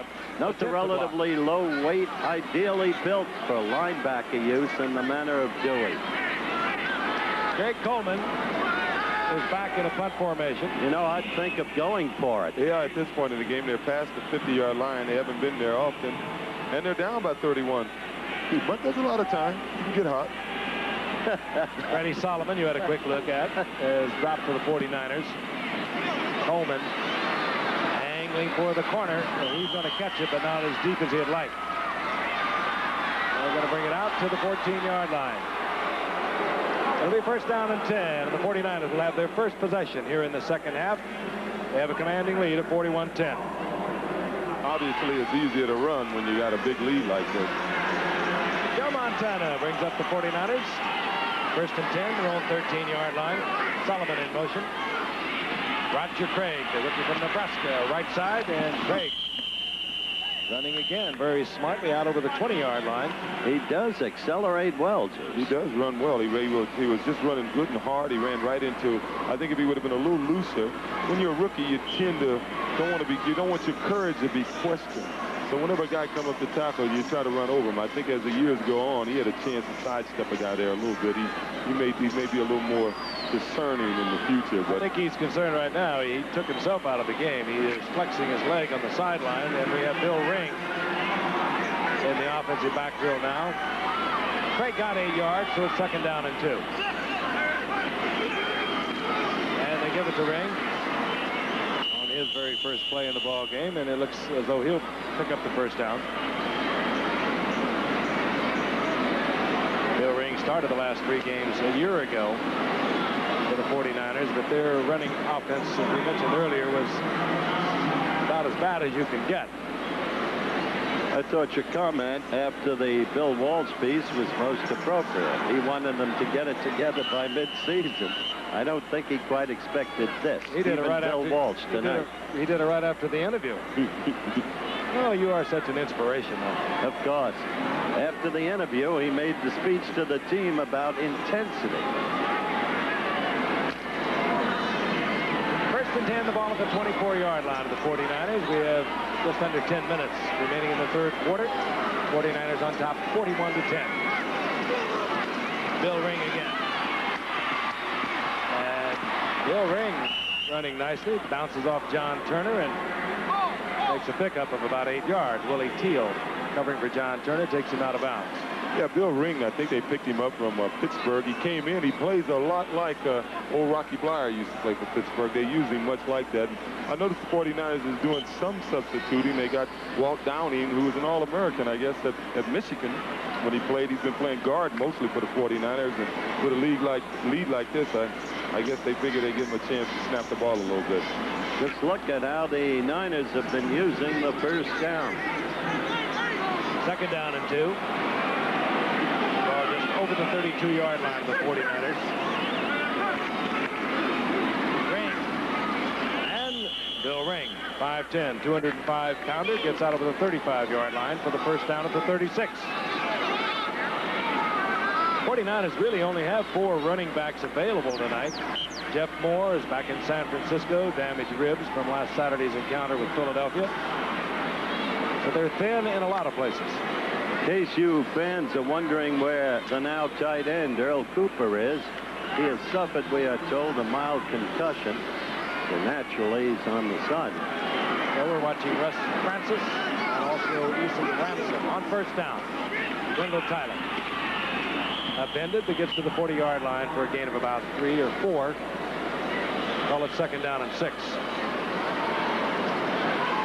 And the Niners will keep running the ball and running the ball and chewing up the clock. We're at 8:40 and counting down in the 3rd quarter. And see, this is the kind of football when you got a lead like this, the offensive linemen, they're loving it because they're coming back to the huddle, they're snorting, they're going, we're men, they're acting like men. They like this kind of football. And they get to block for the run. It's tough to get slapped around on the pass. 2nd and 6, Ring. Flag is down. Ring will have the yardage for the first down, but a flag is down in the backfield. And I don't want to belabor the point, but the Vikings look like a tired team to me, Howard. I think it was a point well taken. Well, the 49ers had the extra day, but it was not calculated. They have a contract with the Giants. Giants have priority on Candlestick Park, and they had to play their game on Saturday because the Giants were playing there Sunday, and there was also a concert. Holding 71. Still 2nd down. Holding on the part of the 49ers. Keith Farnhorst over the right side. And it'll be 2nd down and 16 for Montana. Good time to blitz, and particularly when you're behind. Here comes Matt Blair. Montana reads it, dumps it out quickly to Eason Ramsey, the tight end who is in there now. Interesting. This is the 2nd game the Juice has done with us, Frank. He brought us a 38-7 game the first time, Miami over Washington in the preseason. Like that man in Little Abner. What's his name? Joe Blifflix. Now he has it 41-10. What is there about you that induces these shellackings? I have no idea. You've seen a few of those 41-10s up in Buffalo.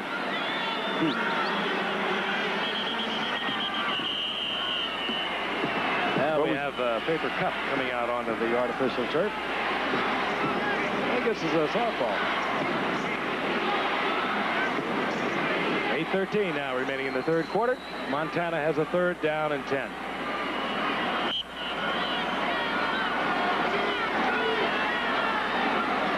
That's Nehemiah in motion.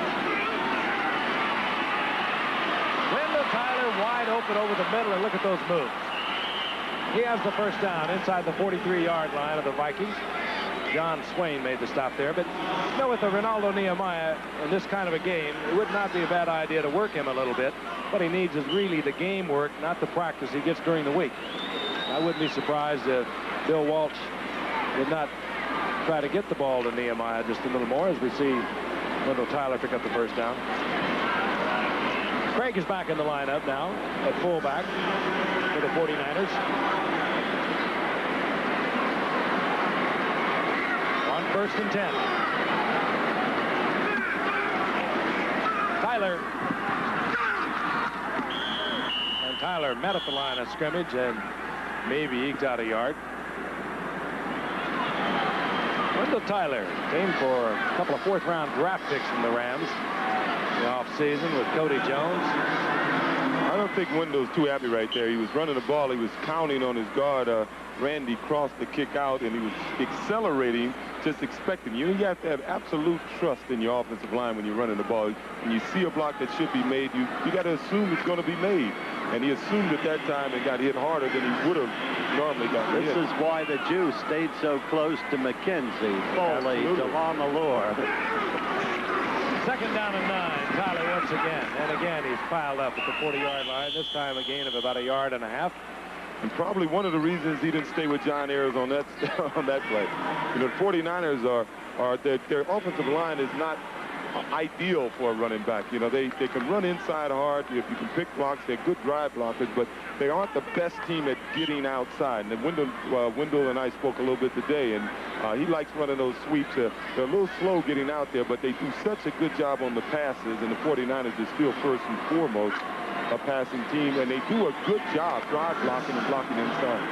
We just showed a graphic. Linville Elliott, one-time Cincinnati Bengal, the last man to gain over 100 yards in a game for the Niners. 3rd and long for 49ers.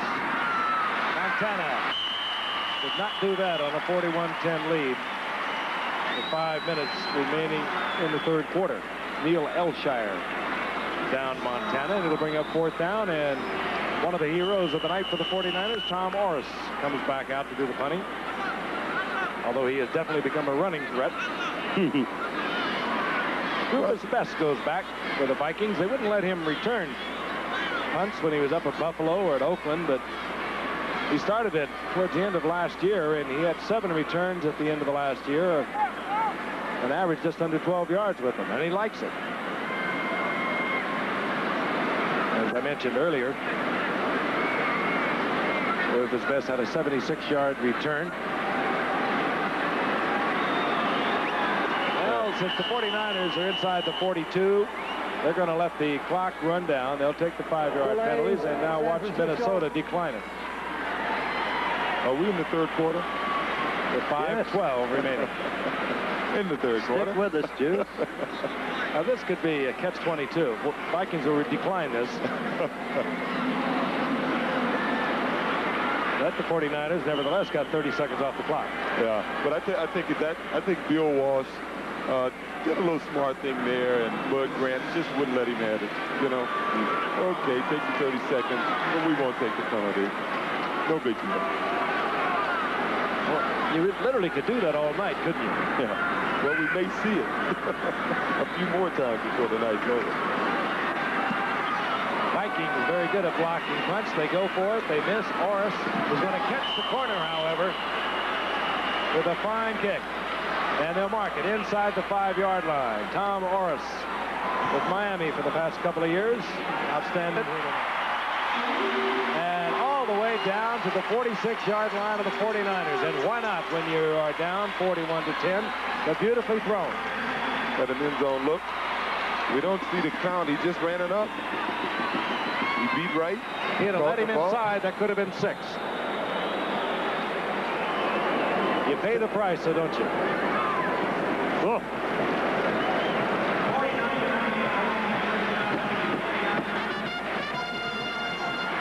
So the Vikings, with 4:56 remaining in the third quarter, have moved into the 49er territory where it's been tough sledding for them all night. Darren Nelson now the single setback for the Vikings. A little reverse type action. And Darren Nelson breaks a couple of tackles. The crowd loves it as Nelson gets inside the 40 to the 39, a gain of 8. But after he broke those tackles, did you see the way Ronnie Lott hit him? Looked like he was trying to put him 2 feet into this new super. Frank said it all. Ronnie Lott hits the way Donnie Shell hits, like a linebacker. But he also has other gifts. The man has perfect speed for the corner. He reads well. He's willing to take the gamble. He's not shaken up when he gets beat. All cornerbacks are going to get beat. Leading tackler for the 49ers.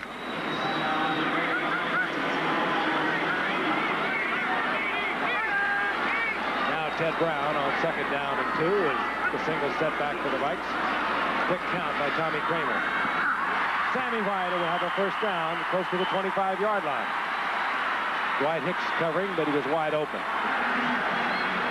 Thought there might be a flag on that play, Juice, but no. Sammy White, he's had a great career. Now his 8th year. Over 5,500 yards, 45 touchdowns.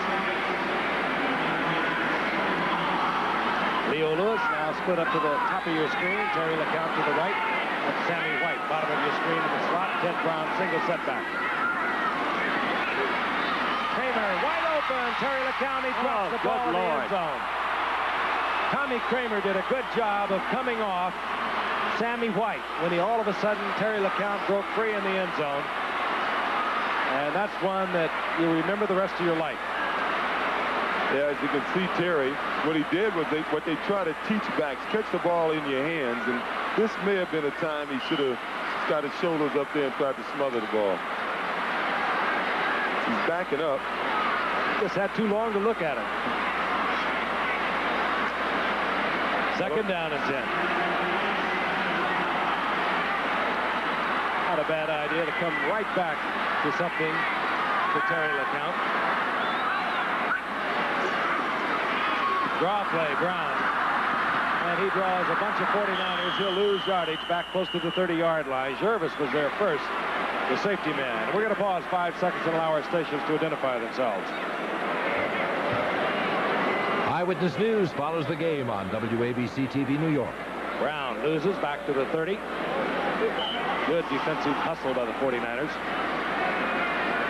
A year ago at this time, they were defending Super Bowl champions. They went on to post a 3-6 record. And it's so easy to fall from those lofty heights. The last 3 Super Bowl winners have all done that. 3rd and 15. Going for LeCount. And Terry LeCount has the ball. He's in the end zone. This is what you call instant atonement. Yeah. I'm happy for Terry. In a game like this, you don't want to see a guy that have to think about that one pass the whole game. I'm a little happy for him there. Yeah, he may have done just a little bit of a push-off. He was playing the ball all the way. No, he played this beautifully. Played. Came back on the ball, which is what a good receiver must do and know when to do. And that's what happened there. 30-yard touchdown pass. Denny Ricardo on now for the conversion.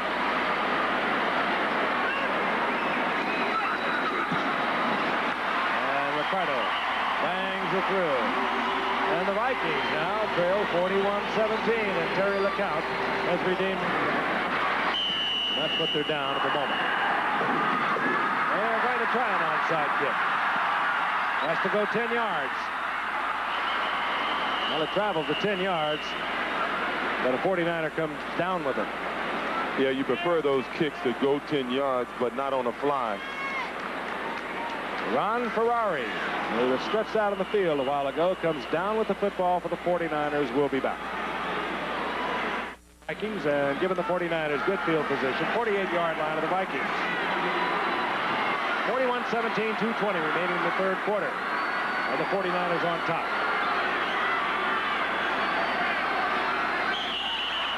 Movement, and it could be that a 49er pulled a Viking offside. Russ Francis again looked like he was. I think you're right, a little Kip. eager. I think it was clear. He missed all of the preseason and played sparingly last week, so his timing has to be off a little bit. Ball start, number 77, still first down. Jim Tunney never changes. He's a marvelous man. Great personality, great speaker. They called Bubba Harris for moving quickly, not Russ Francis on the last play. First down and 15. Roger Craig powering back to midfield.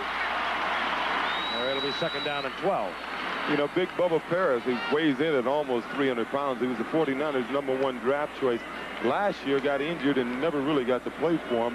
Last week he had I guess a decent game. He got in a little trouble late in the game. They took him out of the game in the third quarter. I think Mr. Hairston, who's one of the better defensive ends in the game, beat him a few times, but he's seems really to have done a good job today. He's really a rookie. Just Yes. of course hurt all last year. He's up against Mark Mullaney most of the time tonight. He's been around a while. On second down and 12. Montana fires and is complete. It goes to Ronaldo Nehemiah. Hooks up short of the first down by about 1.5 yards. I like the point you made earlier about picking this kind of game and this point in time to start working to Nehemiah, building his confidence and experience. I think you were with me, Howard. He's an amazing athlete. Down in the Superstars Championship a couple of years ago when he got into the weightlifting, and he showed all those big old boys how to lift it. He is really, number one, a fine young man. Number two, a great athlete. He's won that competition. He's won that competition the last 3 years, hasn't he? Won it 3 years in a row. Tyler, and he's going to be held short of the first down. Think I should come out of retirement, Howard, and to get my title back? I think you owe it to You won the first year, didn't you? Not the first. That was the year that Joe Frazier almost drowned. Second year. Wherever you are, Joe, we still love you. No, I think you owe it to Ed DeBartolo Jr. to pay back some of that money it took from him. Talk about Eddie. He came in at halftime. He's one happy man. And I know all the people in Youngstown, Ohio, we call it San Francisco East. He's so happy. We want to send our best to them. And to Candy DeBartolo and the kids. Fourth down with a 41-17 lead. San Francisco is going to go. Well, they may be just trying to... Well, There was movement. Tyler was in motion, but they did not call it. Remember I told you earlier about Got this the first down. one-upsmanship the two coaches are doing with one another? It was doing this week that Coach Grant said no matter where he's going to be on the field, if it's a few inches to go on fourth down, he don't care what, he's going to go for it. Well, look who did it. Bill Walsh. I guess Bill is reading the papers. By the way, mentioning Ed DeBartolo Jr., I mentioned earlier, he visited the Vikes training complex today, which I think is the best in all of football. He was hugely impressed with it. He said, I'm going to build one even better, but I'm going to have to go south to do it. San Jose. 49ers using all the time they can. They're going to let the third quarter expire. That's exactly what they've done. The Niners won to 17 as they cut because at one point they were trailing 41-7. First down and 10. The 49ers with the football. 37-yard line of the Vikings, and this is Wendell Tyler. And Tyler barrels inside the 35. A gain of a couple. It'll be second down and 8. All right, there were the halftime stats with clear domination in total yards. And note the turnovers, 3 against the Vikes in the first half. Time of possession relatively even. At the end of the third quarter, excuse me, time of possession still not a factor. And San Francisco still with the yardage edge. Ray Wersching started it all off at the 38-yard field goal. Then it was Montana to Clark. There was Wersching with another field goal to Montana to Cooper. And then Wright with an interception into the end zone. And so it went in the first half. All the 49ers.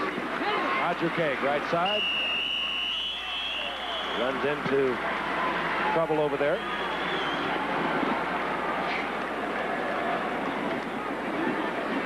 Hey, why does this always happen to me? I've done 2 games now. We've gone into the fourth quarter, and I think it's been about a 50-point difference in the game. Well, you can't foul up the one a week from Monday when you're with us, because that's the Dolphins against the Raiders in the Coliseum. Yeah, I know Al Davis and Tom Flores and Don Shula won't let me down. There's a gain of 4. It'll be 3rd down and 6. Roger Craig, the lone setback for the 49ers. Ramson in motion. Montana quickly to the tight end, Wes Francis, and he powers his way to what appears to be a first down near the 25-yard line. And it will be a first down for the 49ers. Frank Gifford along with Howard Cosell, O.J. Simpson. A virtually croaking Howard Cosell. That teaches smoking those cigarettes, Howard. We're lucky to have Howard with us. He was flying in here yesterday and lost a couple of injuries on one that only had 3. It's been a great week for you, Howard. Right on top of the sports beat. I tell you, there is such a thing as a survivor. Oh, man, you are that, baby. Roger Craig follows the ball, picked up by the Vikings. Coming up with it, Randy Holloway. That was an interesting experience. Humphrey Metrodome in Minneapolis, where it's been an all 49er night.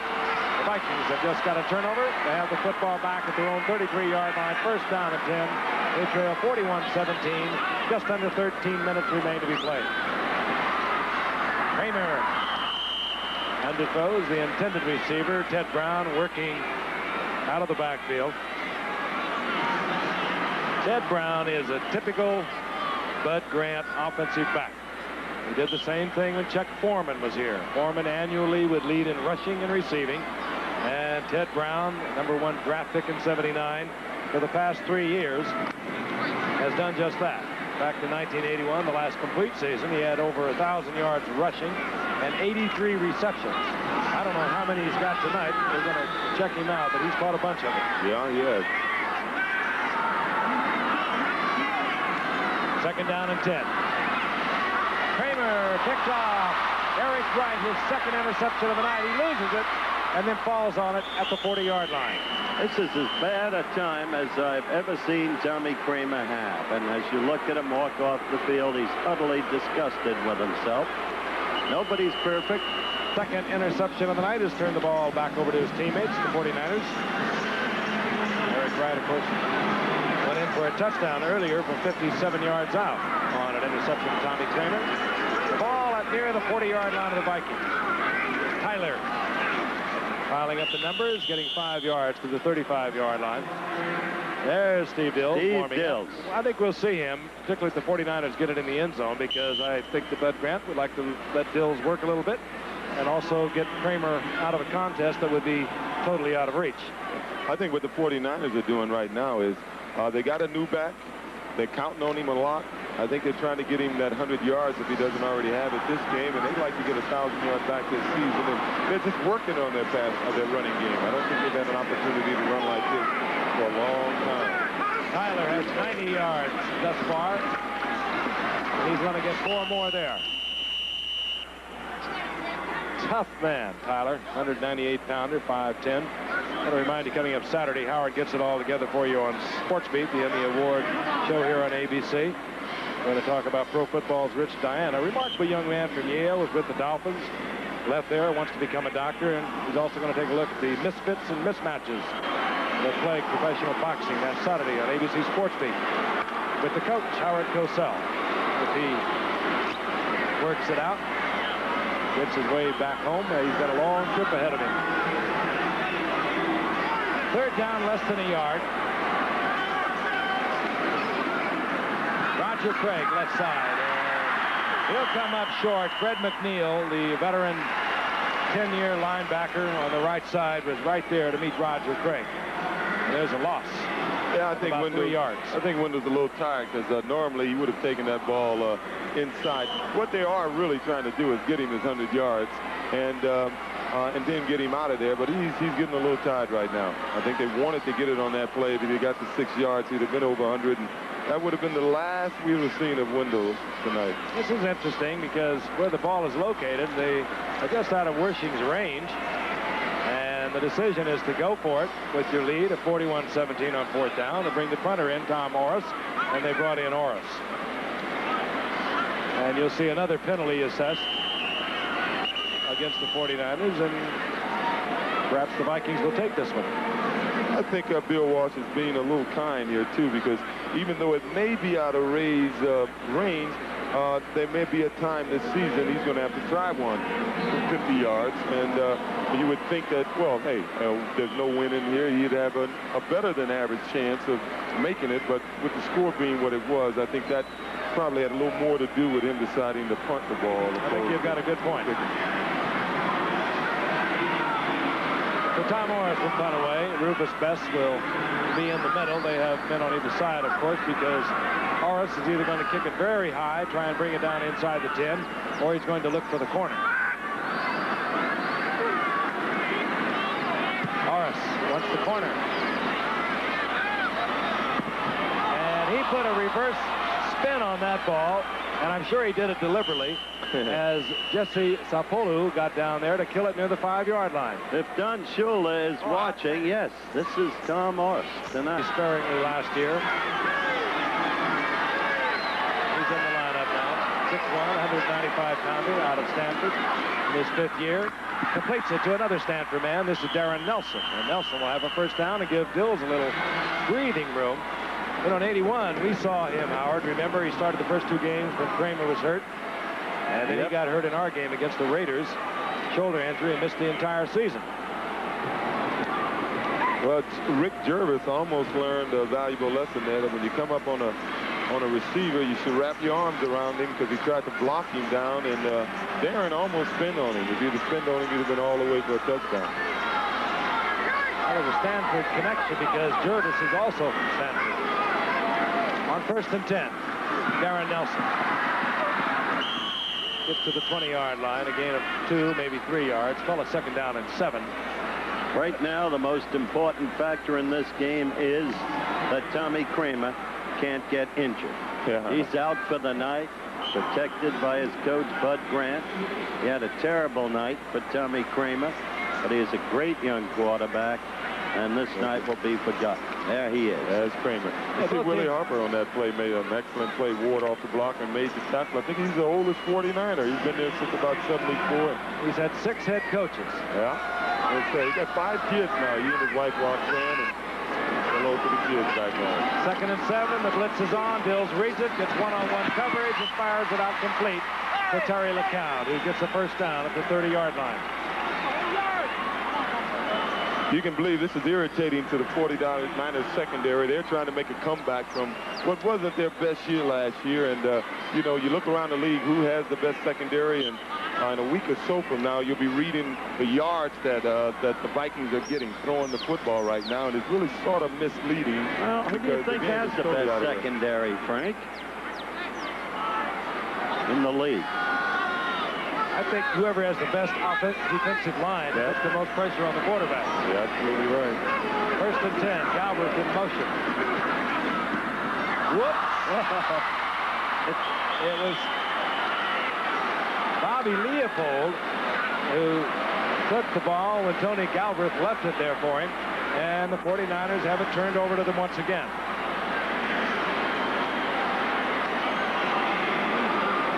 Looking at a replay here, and Galbraith is trying to do, I think, just a little delay pattern come underneath. And that'll be listed as an interception.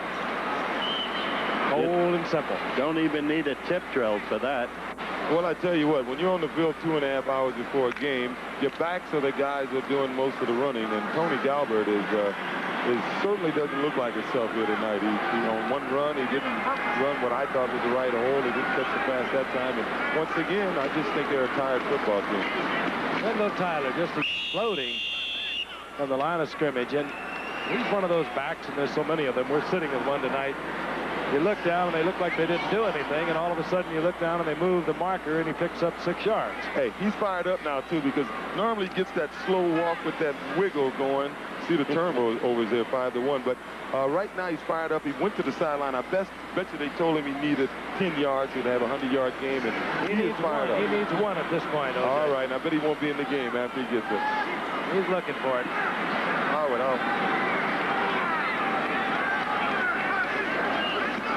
2nd and 4. Tyler, he's got his 100, and he has the first down inside the 20 at the 19. Walker Lee Ashley, a rookie from Penn State, is in there defensively now for Minnesota. He made the stop. In the meantime, in the U.S. Open tennis tournament, Ivan Lendl of Czechoslovakia still has not lost a set in the entire tournament. He did away with the brilliant young Swedish player Mats Wilander in straight sets. Well, look like they're going to pad Wendell's stats a little more. Leave him in. Wendell Tyler, I'm surprised too. Maybe his last series then.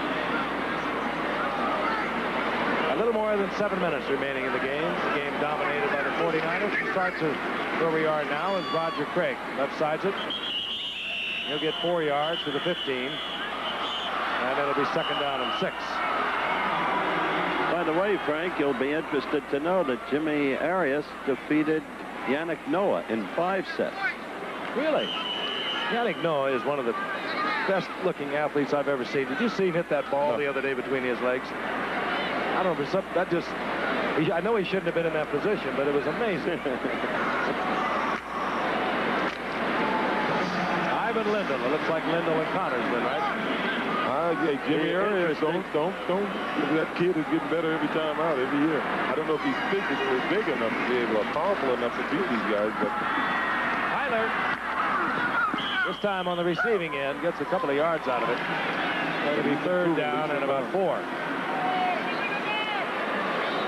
Rufus Bess in there defensively now for the Vikings. Wendell Tyler. There was a time a couple of years ago when they thought he'd never play again. He was in a horrendous automobile accident July 4th in 1980. Almost killed him. Dislocated a hip. Came back late in the season. And then, of course, in 1981, put together a 1,000-yard season. Now he comes out. If he was in San Francisco, he'd get an ovation. Got his 100 yards plus tonight. Montana with a 3rd down and 4. And a man open, and it's Carl Monroe. And Monroe does not get into the end zone, but he has a first down near the 1-yard line. Carl Monroe. At this point, Juice, there's still plenty of time. Rookie out of Utah, Carl Monroe. Yeah, I think old Grant would need that tie-in on the headphone that he told us he had earlier. San Francisco, by the way, will play a week from Sunday at St. Louis, while Minnesota's game a week from Sunday will be at Tampa Bay. We'll see Minnesota again December the 5th.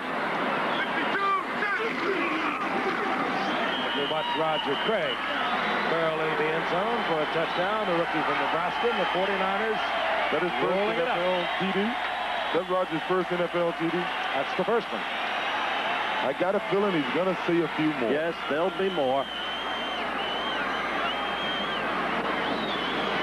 The 49ers, who dropped their game 22-17 to Philadelphia last Saturday, are most certainly going to bring it even at 1-1. Well, the Vikes will be 1-1. That was a tough defeat for him when you score a touchdown with 11 seconds in the game. Call it back for holding. They get Tyler's fumble inside the 10 with 1:28 remaining. That was a tough one to lose. We'll be back here in a moment. Minnesota against Detroit on the 5th of December, and we'll watch the 49ers against Dallas December the 19th again. That here on should be a Monday beauty. Night Football. And, of course, Monday night we'll be in Kansas City and San Diego. Worshing to kick off. Redwine and Nelson are deep for the Vikings. And it goes along the ground. Keeping it low is Worshing. And is picked up there by Dave Huckman. Well, you tell me, Howard, how do you see that San Diego-Kansas City game? I think it'll be a close, tough game. Kansas City upset San Diego last year. They've got good defense. And they're at their best when they're pass rushing. Yeah, well, they'll get an opportunity to rush. Yeah, they sure will. I heard a lot about the improvement in the San Diego defense when they played the Jets, but very candidly, I didn't see that improvement. I saw the Jets chew them up. Here Near the 35-yard line, Dills with the 1st and 10. He gets it out to Marty McDole. McDole steps out close to a first down up at the 44-yard line. Marty McDole, second-year man out of Mississippi State. Good speed. Baseball, Yanks beating Milwaukee 6-2. White Sox leading California. 2 in a row for the Yanks over Milwaukee, right? Houston beats San Diego. Zip, zip. Reds, Dodgers 4th. Atlanta trailing Giants 6-3. 1st and 10, 45-yard line. Dills tried to squeeze one in to Tony Galbraith, and people were all over Galbraith. Ron Ferrari, the principal defender there for the 49ers. What about the 2 they lost before these two? The Yanks, I didn't see them. Oh, you know, this is, I guess, the worst I've ever seen a Bud Grant team play as you look at the comparable rushing yardage. It's been a flat team tonight, a tired team. It does not represent the way they'll be this year. Too much personnel. 2nd down and 10 for Steve Dills. Comes the blitz, and Dills will feel it. It was Bobby Leopold, who's had a couple of big plays tonight. 4th-year man out of Notre Dame. He's the all-rookie team of 1980 when he came up, and it's an 8th-round draft pick, and then he had a lot of problems injury-wise. He had a stress fracture of his leg that bothered him a great deal last year. But he's filling in nicely tonight when the 49ers are hurting at linebacker. I tell you, and last week they were hurting at linebacker also, and they played good defense last week. Even though they lost the game, they only gave up 125 yards rushing and 41 carries. They did a good job. 3rd down, 16. Oh, and it's picked off once again. Eric Wright gets his 3rd of the night. And you hardly ever make the hat trick at the corner. Yeah, I think it's apparent. The 49ers are good, but they're not this good, you know. There's an end zone replay, and the Vikes just aren't clicking tonight. They're just that one step off today, a little out of sync. It's pretty much the same pattern that he intercepted the ball on the first Looked like a quarter. replay. Yes, the one he did. took 57 yards for the touchdown. Only difference was he couldn't break it. But as I said, a flat, tired team. We've got Guy Benjamin in now. He was another Bill Walsh product out of Stanford that led the NCAA in passing. You think of the quarterbacks that Walsh has touched: Kenny Anderson at Cincinnati, Dan Fouts at San Diego. This young man, Guy Benjamin, now directing the attack as he heads off to Bill Ring on 1st and 10. There'll be other days, Tommy, and many of them. Walsh was the man who went up to scout Kenny Anderson. Remember, Giff? Couldn't believe what an athlete he was. He watched him play basketball. That's right. Tell me what top NFL running back we had an illustrious career that Bill Walsh benched. Yours truly. Simpson. I still love it. Well, I said he's better with quarterbacks. 2nd down and 9. Handsome running back, I should have said. Bill Ring bowls to the 40-yard line, and it'll leave Guy Benjamin with a 3rd down and 4 situation.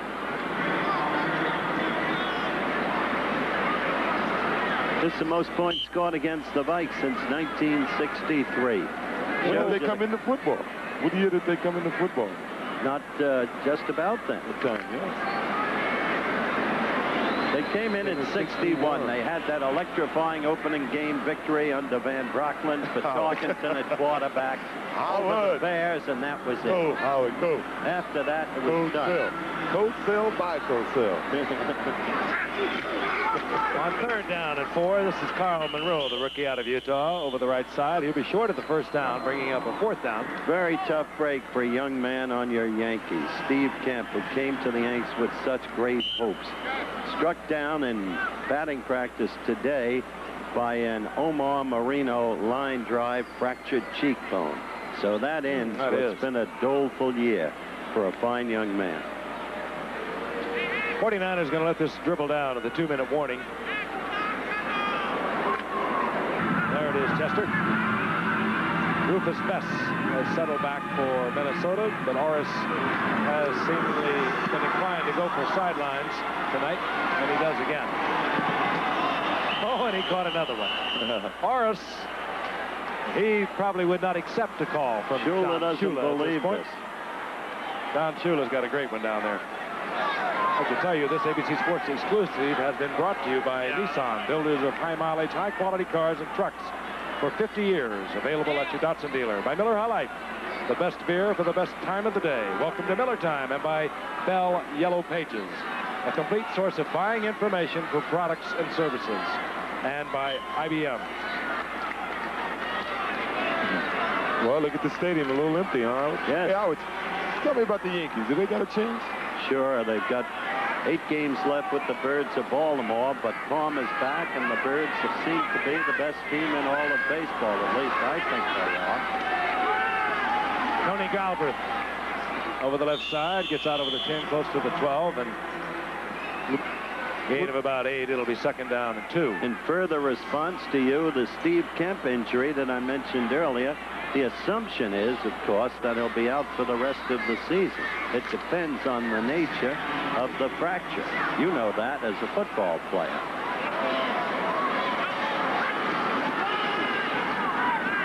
And off is Galbraith, who lopes around the right side, gets the first down out over the 15-yard line. As a one-time football player. I also tell you, our telecast tonight is presented by authority. The National Football League is intended for the private use of our audience. Any rebroadcast or other use of this telecast without the express written consent of the National Football League is prohibited. And they would not, I don't believe, want to replay it here in Minnesota. Inside 1 minute. Even the Vikings now working on the clock is Tony Galbraith. Takes it over the left side, gets close to the 25-yard line. I remind you again, we'll be in Kansas City on Monday night as the Chargers come into town to meet the Chiefs. And we'll see O.J. again a week from Monday night out in Los Angeles. My hometown now. And you will not jinx us. I happen to be a Raiders season ticket holder. Well, once I'll get to see a game.